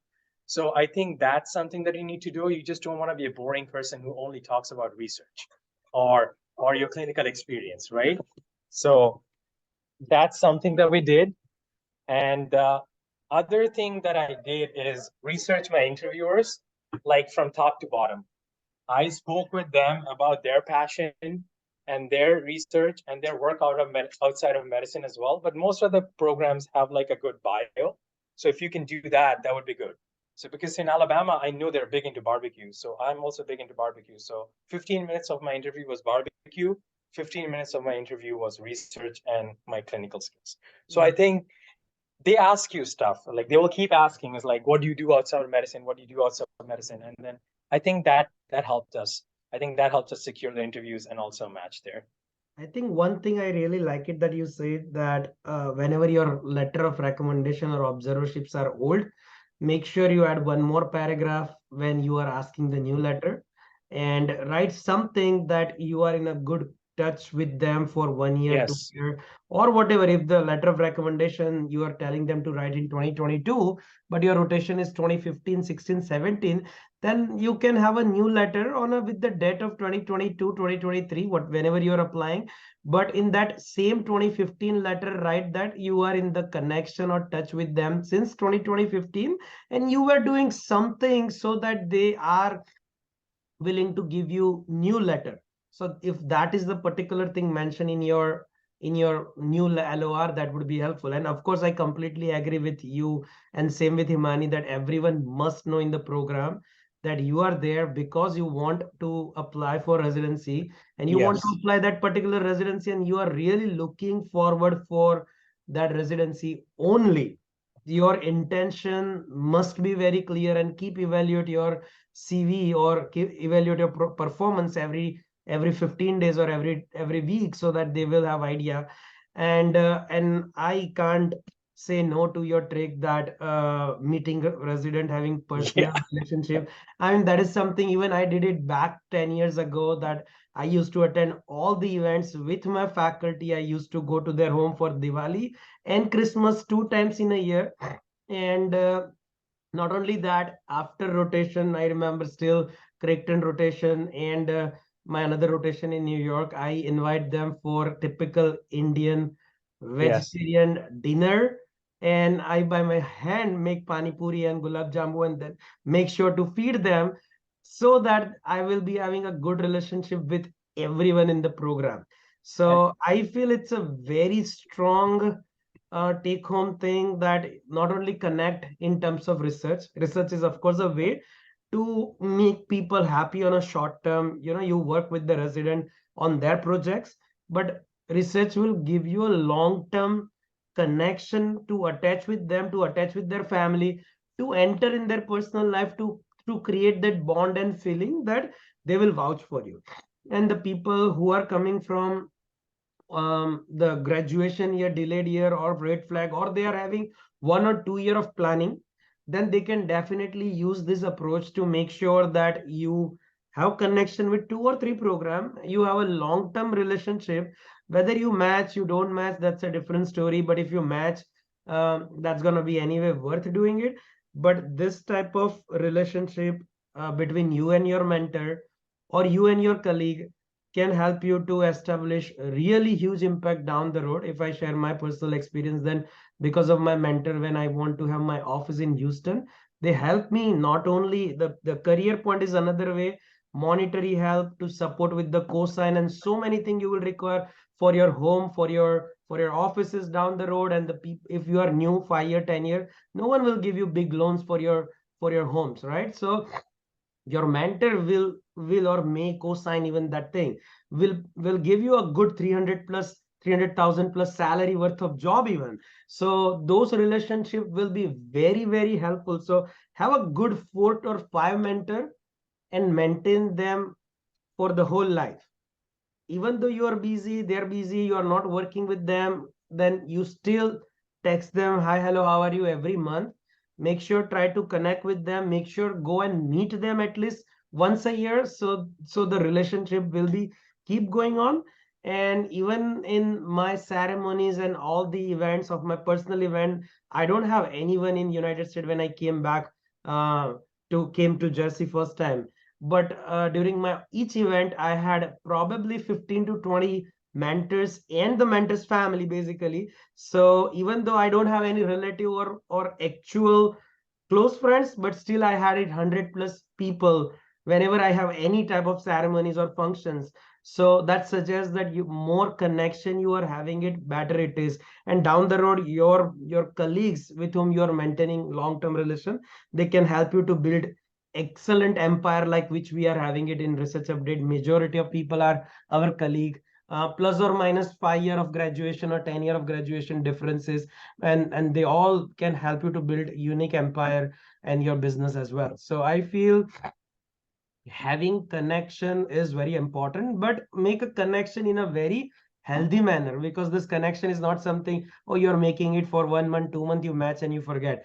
Those connection will not be that worth. And then if someone is like very close to me, then only I will have that feeling of helping someone, right? So I really like your approach that Can I add something, Dr. Patel? Yeah, I just sure, wanted go to ahead. I just wanted to add something here. As you were mentioning, right? I think as IMGs, especially people who are younger, I'm an old guy, like older guy compared to majority of the applicants, right? I'm in my 30s, and I obviously have a family, so I know the financial aspect of coming to the US, moving to the US, as many people who are like, older graduates are. And I think a lot of things that people who are fresh graduates who are applying tend to forget about is one, the finances of residency, and two, what do you do during residency? You are so focused on matching into residency that you forget that it's a very, very, very taxing job. And for me now, when I go into Huntsville, Alabama, I already know that, I know the residents, I know what the culture is like. I already have around 20 friends there from my time in there. And the other program where my wife matched, we know the program director, we know the APD, we have a wonderful mentor there who's already told me that, I'm going to help you out to buy a house there. So I'm probably going to buy a house within like 3 months of moving to Alabama. And then that sets up us for a lot of success in the future as well. So I think this is important. When people say that you need to connect with research, you need to connect about your academic interests, that is going to be there. Nobody who is doing residency is not interested in education and research. Everybody is interested in education and research, but there's a connection outside of that as well, which tends to get ignored. Like, if you connect to them on a human level, they hired me. Like, they have hired only 3 IMGs this year, visa require IMGs. The rest are all MDs and DOs who are all from Alabama. They don't even hire outside of Alabama, right? This programs, majority of the programs that went there. So because it's a Southern program, they don't want people from out of state who do not want to be there, or they have reservations against that. But I think that doesn't matter if you can build a connection there. So I think it's important, like wherever you're going, at least try to say hi to the residents, talk to them about what their hobbies are and stuff. You have time, trust me, even if you're working like 15, 16 hours. Because I went there during peak application season with a 7-month pregnant wife, and we were applying, trying to get published and working on our CV, and doing classes on research in the evenings, and then going for rotations in the morning, grand rounds, didactics. It was hectic, but still we had time to sit down for tea and stuff. So I would advise anybody who's applying, please make sure you connect to your residents and your mentors on a personal level, that they know that you're a pleasant person to work with. Makes sense. No, makes sense. Research is one of the way to be in focus with other people. And then it will give you a long-term connection. But ultimately, that's why I usually use the word. I don't tell the thing like, oh, how research can be useful for your CV. I always say, how can you sell your research to make your academic career better. People, Yes. some people sell it for residency, for medical school, for promotion, for green card, for maybe houses, for connection, or for grants, and so many more. So basically, you need a long-term touch with someone. And observership, unfortunately, won't let you do that long-term touch with any of the faculty member. So the No. only thing that can help you to maintain uh, with someone whom you never know before, if you want to be on the same platform or have to connect with someone heart to heart, then you need a longer exposure time. So this is the way you can have a longer exposure time. Research is one of the facilitating a tool. And there are other tools too, same way MPH, MSCR, PhDs. Those are costly tools basically. But this is one of the equivalent cheaper tool which we are having it. People used to do on J1 research, right? Or this type of remote concept we are having it. So this all the tool will help you to be in touch with someone else, your colleague or your mentor or your superior, with a lower amount of the time and amount of the money required. So that's the only benefit of or I can say the huge benefit of having research. But of course, that is one step. You use that as a ladder, and then you achieve what you want to achieve. That's the, of course, end goal. Yep. Thank you so much, Soumyadeep, and congratulations Thank to you. must be with the baby, but it must be the hard time to have the baby and the residency application all together on one. Yeah, no, So we had a lot of help. We had a lot of help, thankfully. Thanks to you, obviously, because your team and Lisette, I can see her there, like, constantly in touch.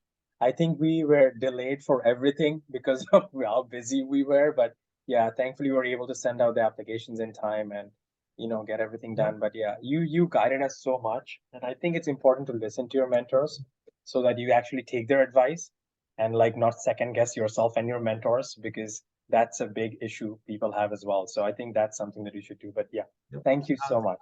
sounds great. And the guys, thanks a lot for joining this meeting. If you guys are having any question, you can feel free to unmute yourself and then ask a question to the candidate. I mean, majority of the answers, I mean, they explain you very well their stories. We have many more candidate. Probably we will tell them to suggest you some of the take-home messages or take-home things soon. But if you have any question, meanwhile, guys, you can unmute. Yeah, Rashmi, go ahead. Yeah, so Rish, you know me very well from last 3 years. My name is Yeah. Rashmi, and I'm an old international medical graduate from India. My question is specifically for Soumyadeep. I have been in touch with Tumpa before through texting and messages. So my story is kind of similar to them because I also moved from Canada to now to US just like last year, and I have a lot of experience similarly as a physician assistant as in a family practice in Canada. And after listening to Soumyadeep, I realized that the letter of recommendation, what I got from there, or maybe the experiences what I have put, maybe they were not properly written, and I would really need suggestions and help. Like if this year again I plan to take letter of recommendations from the same doctors, how I can change those, and what is something different what I can do this time in my application, what they would have to suggest. I am planning to apply for family medicine again this year, and I don't have inpatient US clinical experience. That I have realized is a big drawback in my application. Yes. Yes, Soumyadeep. So what I would suggest, Rashmi, first of all, you're applying to FM. So I was just wondering, do you need a visa or no? So I am on an EAD right now. Okay, so you don't need a visa. Okay. Yes, I mean, for now, I don't need a visa, yeah. No, that's okay. So for like, yeah, obviously, the people who have worked with in Canada, you should get a letter from them. You should definitely get a letter from any experience that is more than 1 year or at least 6 months. Or else if you don't have letter, if you don't have a letter from them, that doesn't show, I think it doesn't shine well on your CV. because it Mhm. makes like them wonder why you don't have a letter from a place where you work like more than a year or Mhm. 6 months with. So that's definitely what I would suggest. I can give you some pointers for the letter. I think if you've been in touch with Tumpa, I can send you even a sample pointers that you can include in the letter. And if you have access to the letter, I can take a look at that as well. I can share with you some of the letters that some of the pointers that my attending wrote. Frankly, I don't know what she wrote. She Mhm. didn't show me. I don't have access to any of my letters. I plan on looking at everything once I go to the residency. I'm like, hey, can you show me my application? I want to take Got a it. look at it. Yeah. Got it. Got But I no. should have access to that before like June, obviously. So Yep. that's that. I can help you with that there. The other thing that I would suggest is family medicine rotations, I think, are not more difficult, are easiest to find compared to everything Mhm. else. I think Mhm. family medicine rotations are easier to find. You can probably work in a private family clinic in US as a volunteer, or like even as a scribe or like a clinical assistant, and you can get really good letters there because you have a Mhm. few months to do that. But what I would suggest you do is try to look for a list of observerships that you can get in US in inpatient family medicine. If you can get that, first of all, that gets you into a program, just like I had. You see there, right, what I'm doing, right? So that's Correct. exactly what you can do.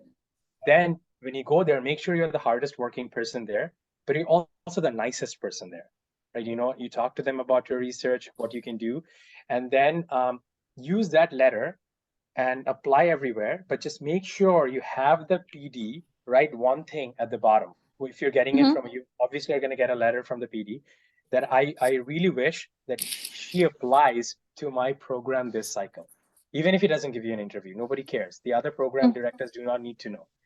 But I wish her well. And then these are the things that you can do that show that you are a noteworthy candidate. I think these are tips and tricks that you can do. So you should be trying to find an inpatient observership in family medicine. I think there are a few paid ones that you can get. Hopefully Mhm. you find something, but yeah, that would definitely help. That would go a long way Mhm. to boost your CV at least. Being an old grad and applying in family medicine. Got And it. you have to genuinely show your interest in family medicine because it's becoming more American grad dominant nowadays because they can Mhm. just work from home and the compensation is going up. So, Correct. primary care is the upcoming thing, right? So it's becoming a more and more American grad thing. They have Mhm. to increase the number of primary care doctors. They have even increased so many primary care tracks in IM, right? It's Yeah. just a primary, Yep. it's just another FM where you don't see peds and OBGYN. It's basically the same thing. So all I'm Correct. trying to say is you should keep that option open as well because Mhm. primary care IM, there's a lot of new programs. If you're Mhm. applying for primary care, your CV will not be different. So either try to get a rotation there in primary care IM or primary care FM. You still have a few months to get in there and try to get it in August, September. I would say time that accordingly. That is just before application season and they remember you. This worked in our favor. We timed it Got it. accordingly. We made Got it. sure that we took a step during that time. Like it Mhm. was safe enough for my wife to do the rotation at that time, and we went during that time. I spoke with Dr. Patel on this, and I spoke with my mentor on this, like exclusively. So we made sure we timed it perfectly. We had the rotation kind of like set up very early on, like around this time, but we took the last possible slot so that they remembered our faces just before application. So I'm like, hey, we are submitting in September 30th. But hey, this is me. You know my name. You know my face. When you see my photo, make sure you check that application. So that helps. Got You it. have to That was. play a few tricks. It's And I it's think, it's a game of who remembers who at the end of the day. If you're nice enough, they will remember you. But all these Mhm. added things that I said do help you. and I think we Fine. can even have I would like to add three more things Mhm. to it. One thing is, because you are in New Jersey, I was talking before, I was last week on vacation, so we'll discuss that. Mhm. But New York Sure. limited license is one option which Yes. you can obtain and Okay. start working in New York as a Got physician it. only Mhm. on a limited license. Option number two, short term, we are discussing this until December. The second option, Yes. we can explore using your physiology degree. Now Mhm. many ID positions or geriatric positions or PMNR, Got it. post PMNR, I mean rehab related fellowship, some of the position will be empty because Mhm. now candidate match, right? So the people who Correct. applied dual, like for example, as Irina was telling that they are going to now join residency and then leave the fellowship, right? So those program probably give you one chance, one shot for fellowship until this June to next June, or this June July to next June July. Then that is going to be the second thing. And if those two things won't work, then I feel the third point I would like to recommend that you can of course connect with Soumyadeep and Lizette. They plan plenty of inpatient rotations in different programs in Alabama, in Penn State, Keystone Health, and everywhere. So those rotation also will help to get the new fresh things. So those three strategy could be helpful on a short term. And long term, of course, you need to sign up somewhere on Jeevan. That's not Jeevan, but on your own visa, but like a free research assistant or position somewhere where they have Yes. transitional year or prelim year, and then you continue working like Viraj, and then you can first match in transitional or prelim, and then you enter in the system. So but that could be the long journey, because I remember, as long as I'm right, that Viraj also worked like at least a year in order to make sure that PD will recognize his work. And that program is IMG friendly, PD is IMG friendly, but still there are, at any days when I go to that place just to visit them, any day there will be at least 10 IMGs wandering like butterflies everywhere in the department. So out of 10, if you will be the one, that's also another challenge, because that's all 10 IMGs out of 10, 5 good Jews out of 10, all requiring visas or citizen or green card, and everyone is working there for 1 year. So it's going to be a very difficult selection process, but that's a long-term commitment. For that you require financial stability too. So those are the three main options that you can explore down the road. But probably until yesterday on Thursday we came, and then this whole match thing is going on. So probably we'll connect, and then of course Soumyadeep, Viraj, and Irina probably can help you to have 3 different routes, because they all have their different routes of working, right? So that route can be explored probably once you're available. Probably will join. Yeah, Yeah. that's brilliantly said. There's not just one pathway. That's the beauty about this system. Okay. Like That's I so- just remembered, I just realized we're all old grads. All three of us have comparable year of graduations. So different, such different stories. But Yes. at the end of the day, it's how you get into the system, right? Exactly. I just realized that it's many pathway exist, and option. We just explored this option like literally 1 to 2 year ago about matching into the fellowship, and then initially the pathway was same, that oh no, go and work for someone for 1 year and then enter in the system.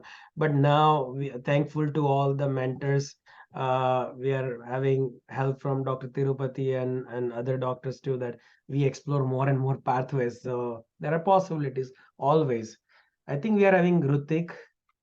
Thank you so much, Urvesh and Soumyadeep. I really want to thank you, and thank you for always being there and always helping out. I'm really very thankful to you. Every single person needs to match, So it's a difficult journey, tiring journey, not only for candidate, for all of us. But I mean, it's good. It's worth once people match. So it's not. This is not the end of the story. The journey will always going on, and even for people who match down the road, they will feel that the struggle will never finish. This is just the beginning of the life. Then you will have many more steps where you will be requiring help and struggle, and it will never end. Got it. And People were trying 2 years ago for residency itself and getting married quickly, and then they need to match. Now this year they're crying that they're not going to get into fellowship or GI, or there is some hypocrisy going on in the program. So the moral of the story, the goals will always change, but struggle will always be there. So Got it. Thank you so much. And Soumyadeep, I will be really, thankful if you can review my CV, and especially that special, the family medicine letter of recommendation, if you can edit it, and it will be really helpful. I can show you what I sent my mentor. like a sample draft of it. I think it's probably pretty similar, but yeah, I can definitely, you can play around with those documents.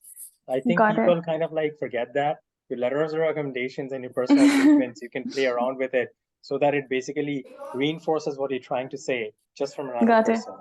I think it's Got it. important. Sounds great. Thank you so much. We are having Rutik.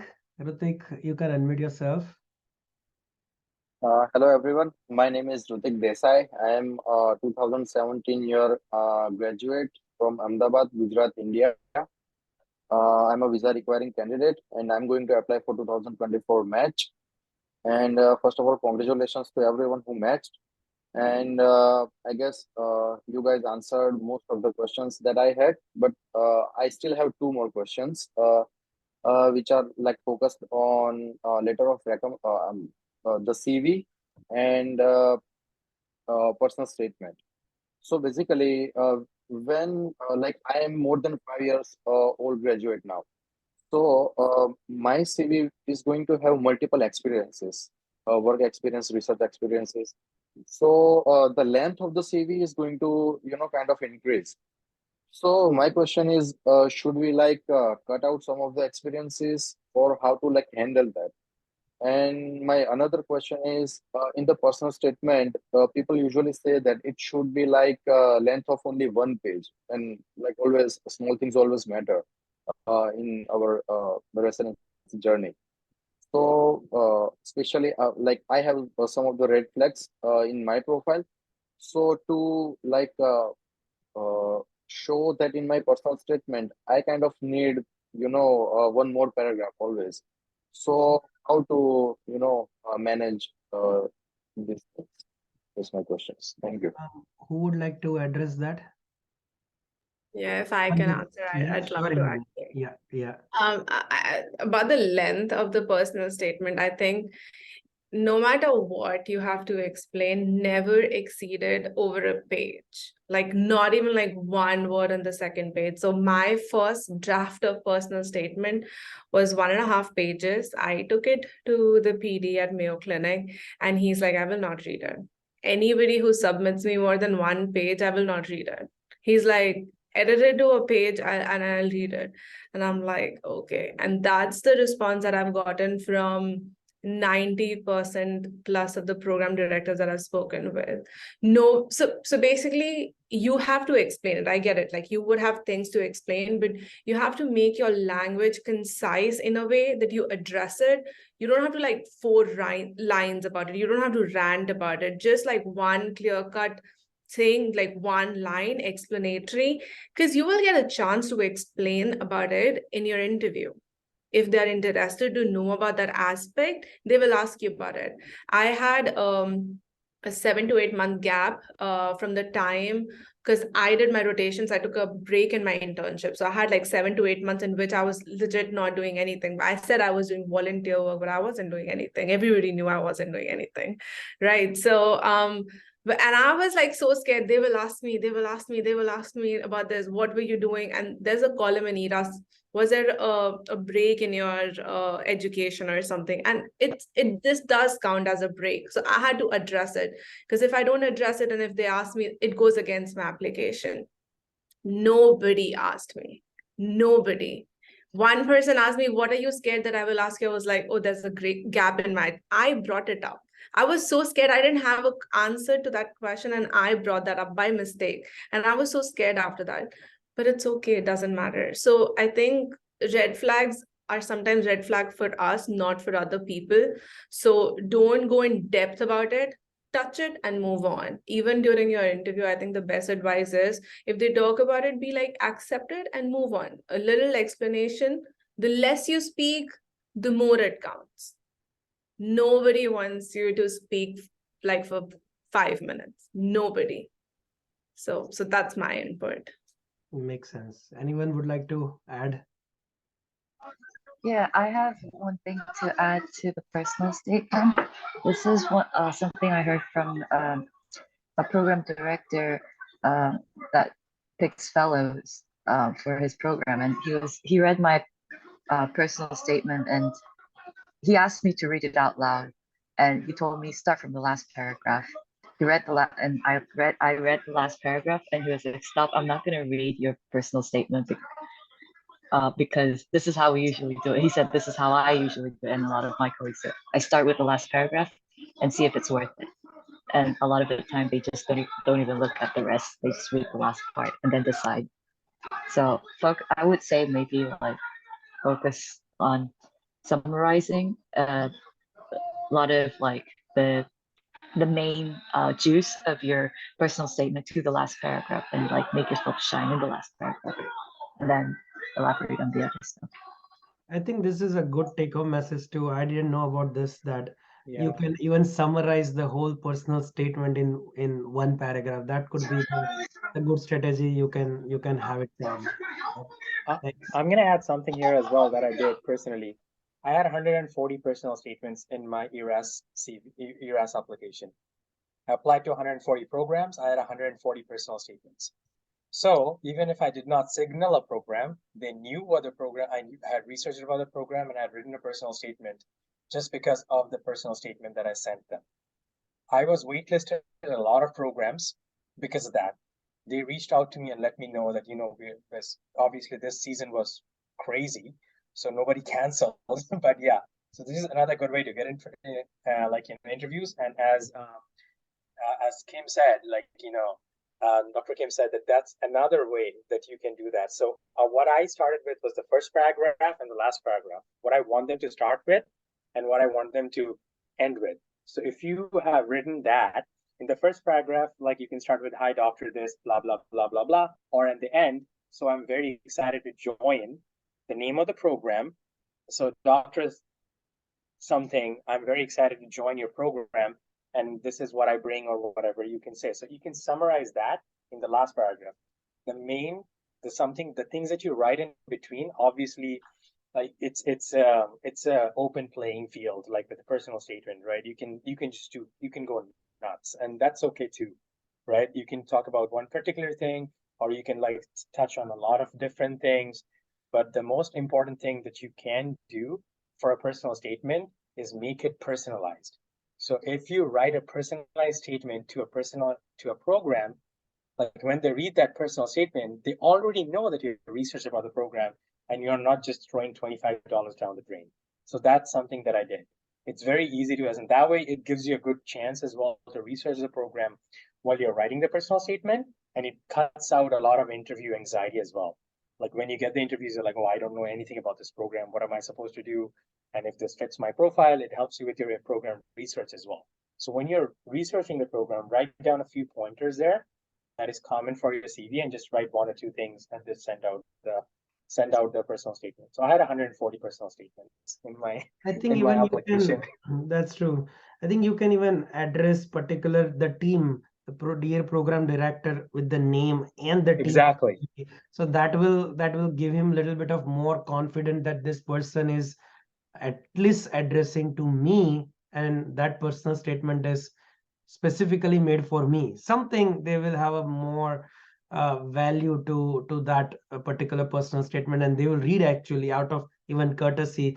Otherwise, if they will have any personal statement like any one of other people, then they may miss that thing. But usually people read personal statement a day before or in the morning of the interview. Whomever is given the interview in the morning, they come and they read. Before that, I have barely seen someone reading the personal statement. But yes, if your personal statement you're paying $25, then I think they deserve to be addressed by their particular program, plus some of the specific detail you can write it there. That would be great. And if you have more time, let's say 1 year of time to prepare, then as other candidates were telling, that even you can little bit search about the research and how you are going to be the great asset for that particular program. Write it in the last paragraph that if I'm going to be the part of the program, these are the things that I can bring you on board. So I think that could be a strong personal statement as well. Viraj, yeah, would you like to add something? Just another thing that Rutik asked was about the CV that you have, like because you're in like 2017 grad, and should you reduce it down? I do not agree with that. I think so personal statement CV is like different. So personal statement has to be apt like not even like one word extra. But CV, if you have an experience, put it down. Like you have to put it down. My CV was like 13 to 14 pages or whatever it is. Like, so it's just like, and I went in an in-person interview and they had like this thick of a file. I was happy inside, like, okay, that's me. You have so much real estate in their room. So it's just like, and they were like flipping in front of me. And then I could navigate too. I was like, oh, I did this. Because they will get lost in it, but it's good because that's the amount of work that you've put in, right? So you want them to get lost in it, and then you can like guide them through it at times whenever they ask you to. So it's like they review your CV before your interview, at least for surgery, and after your interview as well. So it always gives you like additional benefits. I would never reduce anything on my CV. That's true. That makes sense. Viraj, yes. Yes, I just have like two things to add. One, like for personal statement, the name itself suggests it's a personal statement. So the feedback that I've received from so many of the people who have reviewed my personal statement was don't try to make it as your CV. Like don't try to elaborate your CV in your personal statement. It's your personal statement. You are telling about yourself, your journey. So you can make it as concise as possible. Like if you are explaining a story, don't just keep on going telling about that story. Just concise it into like, as Dr. Bhatt said, you can just concise it into like 4 or 5 lines. That's it. So that's one thing that I would suggest for that. And definitely you should like put in like what you can bring in as a resident or, as a physician. And the other thing about the red flags, I would say, is like definitely like just touch base on it and move on. And also the other thing you can mention is like how you overcame that red flag and how you improved yourself. That can also show some like positive response, like, oh, even though you had a red flag, you still overcame that and now you are here where you are. So those were the two things I would like to add to your question. That's very insightful. Thanks, Viraj. Any other question, guys? Thank You're you. having it? Thank you very much, all the doctors. I really Yep. appreciate it. Yep. And being Gujju, I want to tell you one thing, Dr. Urush Bhai, that the fees to program director is, I am into programs is not 25, it's 26. I'm 26. sorry Oh, for that. I think I have to update my knowledge. I'm just Plus counting tax. the fee for the article processing costs. So if you ask me APC for any journal, I can answer right away. This is little bit old. Yes, 26 is Plus tax. quite a Yeah, big exactly. difference too. No, that's true. And I think I have even few announcement to make. And that will be as a part of Gujju. I think we are proud of having one of the announcement. Number one is we are going to even launch the function of Shivani Bhatt Charitable Foundation in United States soon. So anyone who would like to apply there for observership, research, or application cost, they can apply on their website, and then they can help in terms of monetary funding, and then that's how probably you will get temporary funds to apply, and then once you match probably whatever arrangement they will make it, then you can help the other candidate. But this is the one announcement that anyone who require the help with the funding, probably they can support them. They are right now supporting even Gujarati candidates in Gujarat itself, and you will feel surprised that they're having 26 match candidate. We are having many shared students, but they're having 27 match candidate only from their own small domain, compared to we are having 55 from all over the world. So their function is like drastically helpful too.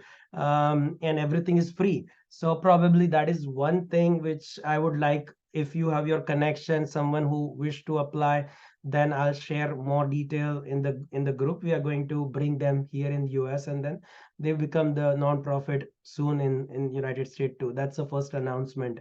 The second announcement, we just recently collaborated with Wellspan Health and Penn State Collaborative Function. I mean the program where we are going to start externship, observership, and tele inside the hospital. So That is going to be the second place where you can do your rotations and things, and then the charges will be like literally 50% than whatever the current charges are. They are having, even Alabama is charging almost $5,000 plus when you traditionally apply there, and then here the charges are drastically lower. But we are going to have, of course it's a first year, so we don't have many positions. We have 2 every month only, but down the road, once collaboration become more and more stronger, we can have more and more positions down the road. So that's a second announcement which we are having it. And third announcement, every year, if you guys are interested in helping people, then you can even connect with Lizette. She will make sure that either you are good with the letter writing, or helping with the CV or something else, then we can some way help you guys to move further with your career, even during residency and fellowship both. So that is something that you can connect with her, and then she can explain you more detail. But these are the 3 announcements I wanted to make sure. Of course, we will be having upcoming conferences where I will be meeting many of you guys. I think we are having some of the candidates too here who are going to apply in the upcoming season. But I strongly again recommend you to attend all these conferences if possible.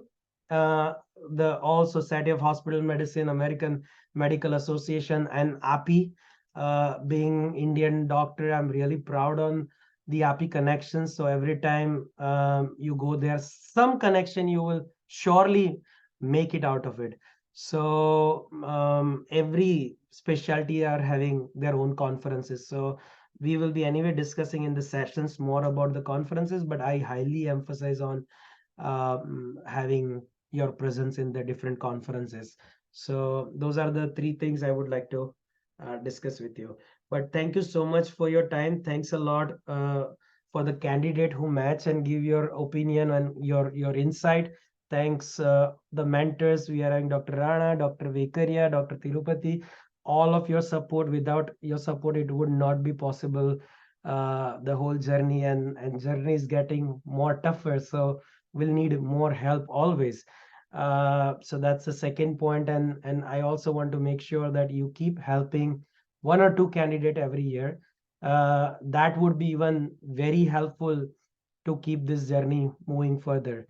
Um, and if you want to help, let's say, someone after working with them for a year, then of course, as I was telling you, that we started last year the program for the mentorship, which flopped because many of the people did not come forward and decided to help. But if you guys continue doing it, that would be a good start with that program, that we can assign you one of the student with whom you can work whole year. Whatever task you want them to do, they will do it for you.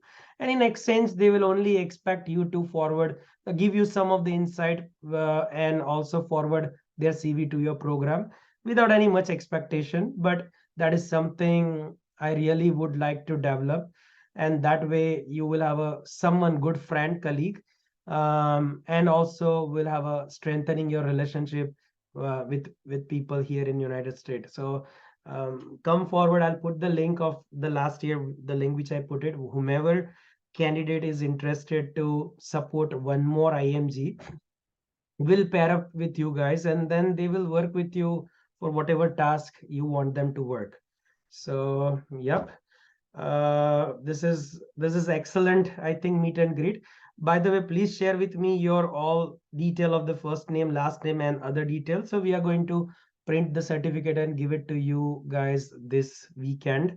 And we'll hope to see you soon in person. We are having in-person meet and greet in Austin this year. So if you are available and if you can fly, join us in Austin next week. And yeah, otherwise, see you soon, probably in one of the conference. And if you are in Houston, feel free to connect with us, because we are having here, as I was telling, many of you guys already know that we are having here the tie with the NASA and Natural History Science Museum. So you guys can visit free of cost with you and your family anytime and enjoy the vacation here. So let me know once you are in the city.